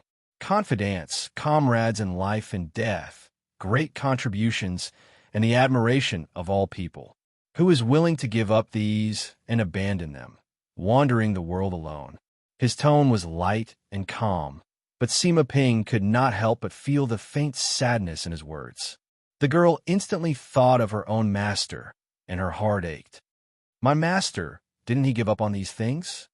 Sun Lang said sadly, "Yes, but it's not the same. His life was full of ups and downs. He constantly persevered in pain and loss. From the beginning to the end, he believed in the sincerity of a great doctor. He persevered with his beliefs and used the doctor's instinct to save the dying and heal the wounded, to push the path of medicine forward. No matter how much he lost, the beliefs he persevered with all his life had never wavered. And I..." He raised his hand and slowly clenched it. He said softly, "I don't believe in justice. I don't believe in justice. I don't believe in morality. I don't believe in promises. I don't believe in kindness. I don't believe in compassion. The things I once believed in have all been taken away. The power that I once didn't believe in the most has always been in my hands." It's really ironic. Sima Ping looked at Sun Lang's expression and was slightly shocked. But before she could say anything, hurried footsteps came from outside. Sun Lang listened attentively. After a moment, he said, "Old who is back?" When the girl looked at him again, Sun Lang's expression had changed back to an unfathomable calmness. The previous melancholy and sigh were like an illusion that disappeared. The melancholy outlined by the memories of the night only appeared for a short moment. It turned into a stream of light and was swallowed by the coldness and darkness. All the anger and sadness were buried in the bottom of his heart again. Sun Lang stood up and looked at Hu Shouxin, who pushed the door open. "It seems that you didn't find anyone. You're an archer. How can you be so useless?" Hu Shouxin ignored his teasing and said with a serious expression, "Something happened. The villagers in the village woke up in the morning to drink water and cook. Then, many people were poisoned. The ranger was stunned for a moment, and then he laughed involuntarily. This snot-nosed young master's brain works fast. He actually thought of this. No, last night you were all over the mountains and plains. Even if he had 10 times the courage, he wouldn't have dared to poison the village. It seems that this wasn't a spur-of-the-moment idea, but rather a series of schemes. First, he instigated the villagers to attack this place. Then, when the villagers went up the mountain, he directly went around the village to poison them. In this way, the villagers returned empty-handed last night. Today, they would have encountered this big surprise. Ping Yi Dao wouldn't be able to clear his name even if he jumped into the Yellow River. Sun Lang touched his chin and praised. So, the people from the capital really know how to play. If we didn't come last night, and it was just the Snot Prince and Ping Yidao alone, then this series of combination punches would have made Ping Yidao dizzy and disoriented.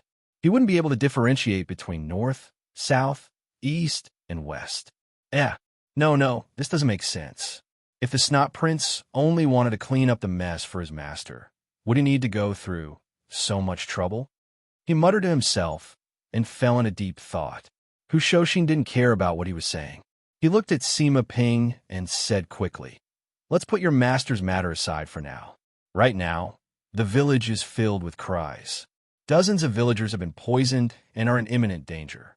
Your master isn't here, so you are the only doctor here. This is a matter of life and death. I beg you." When Sun Lang heard this, he threw the doubts in his mind to the side. He dug his nose and said in a strange tone, "Oh, last night you wanted to smash her master into meat paste with one punch.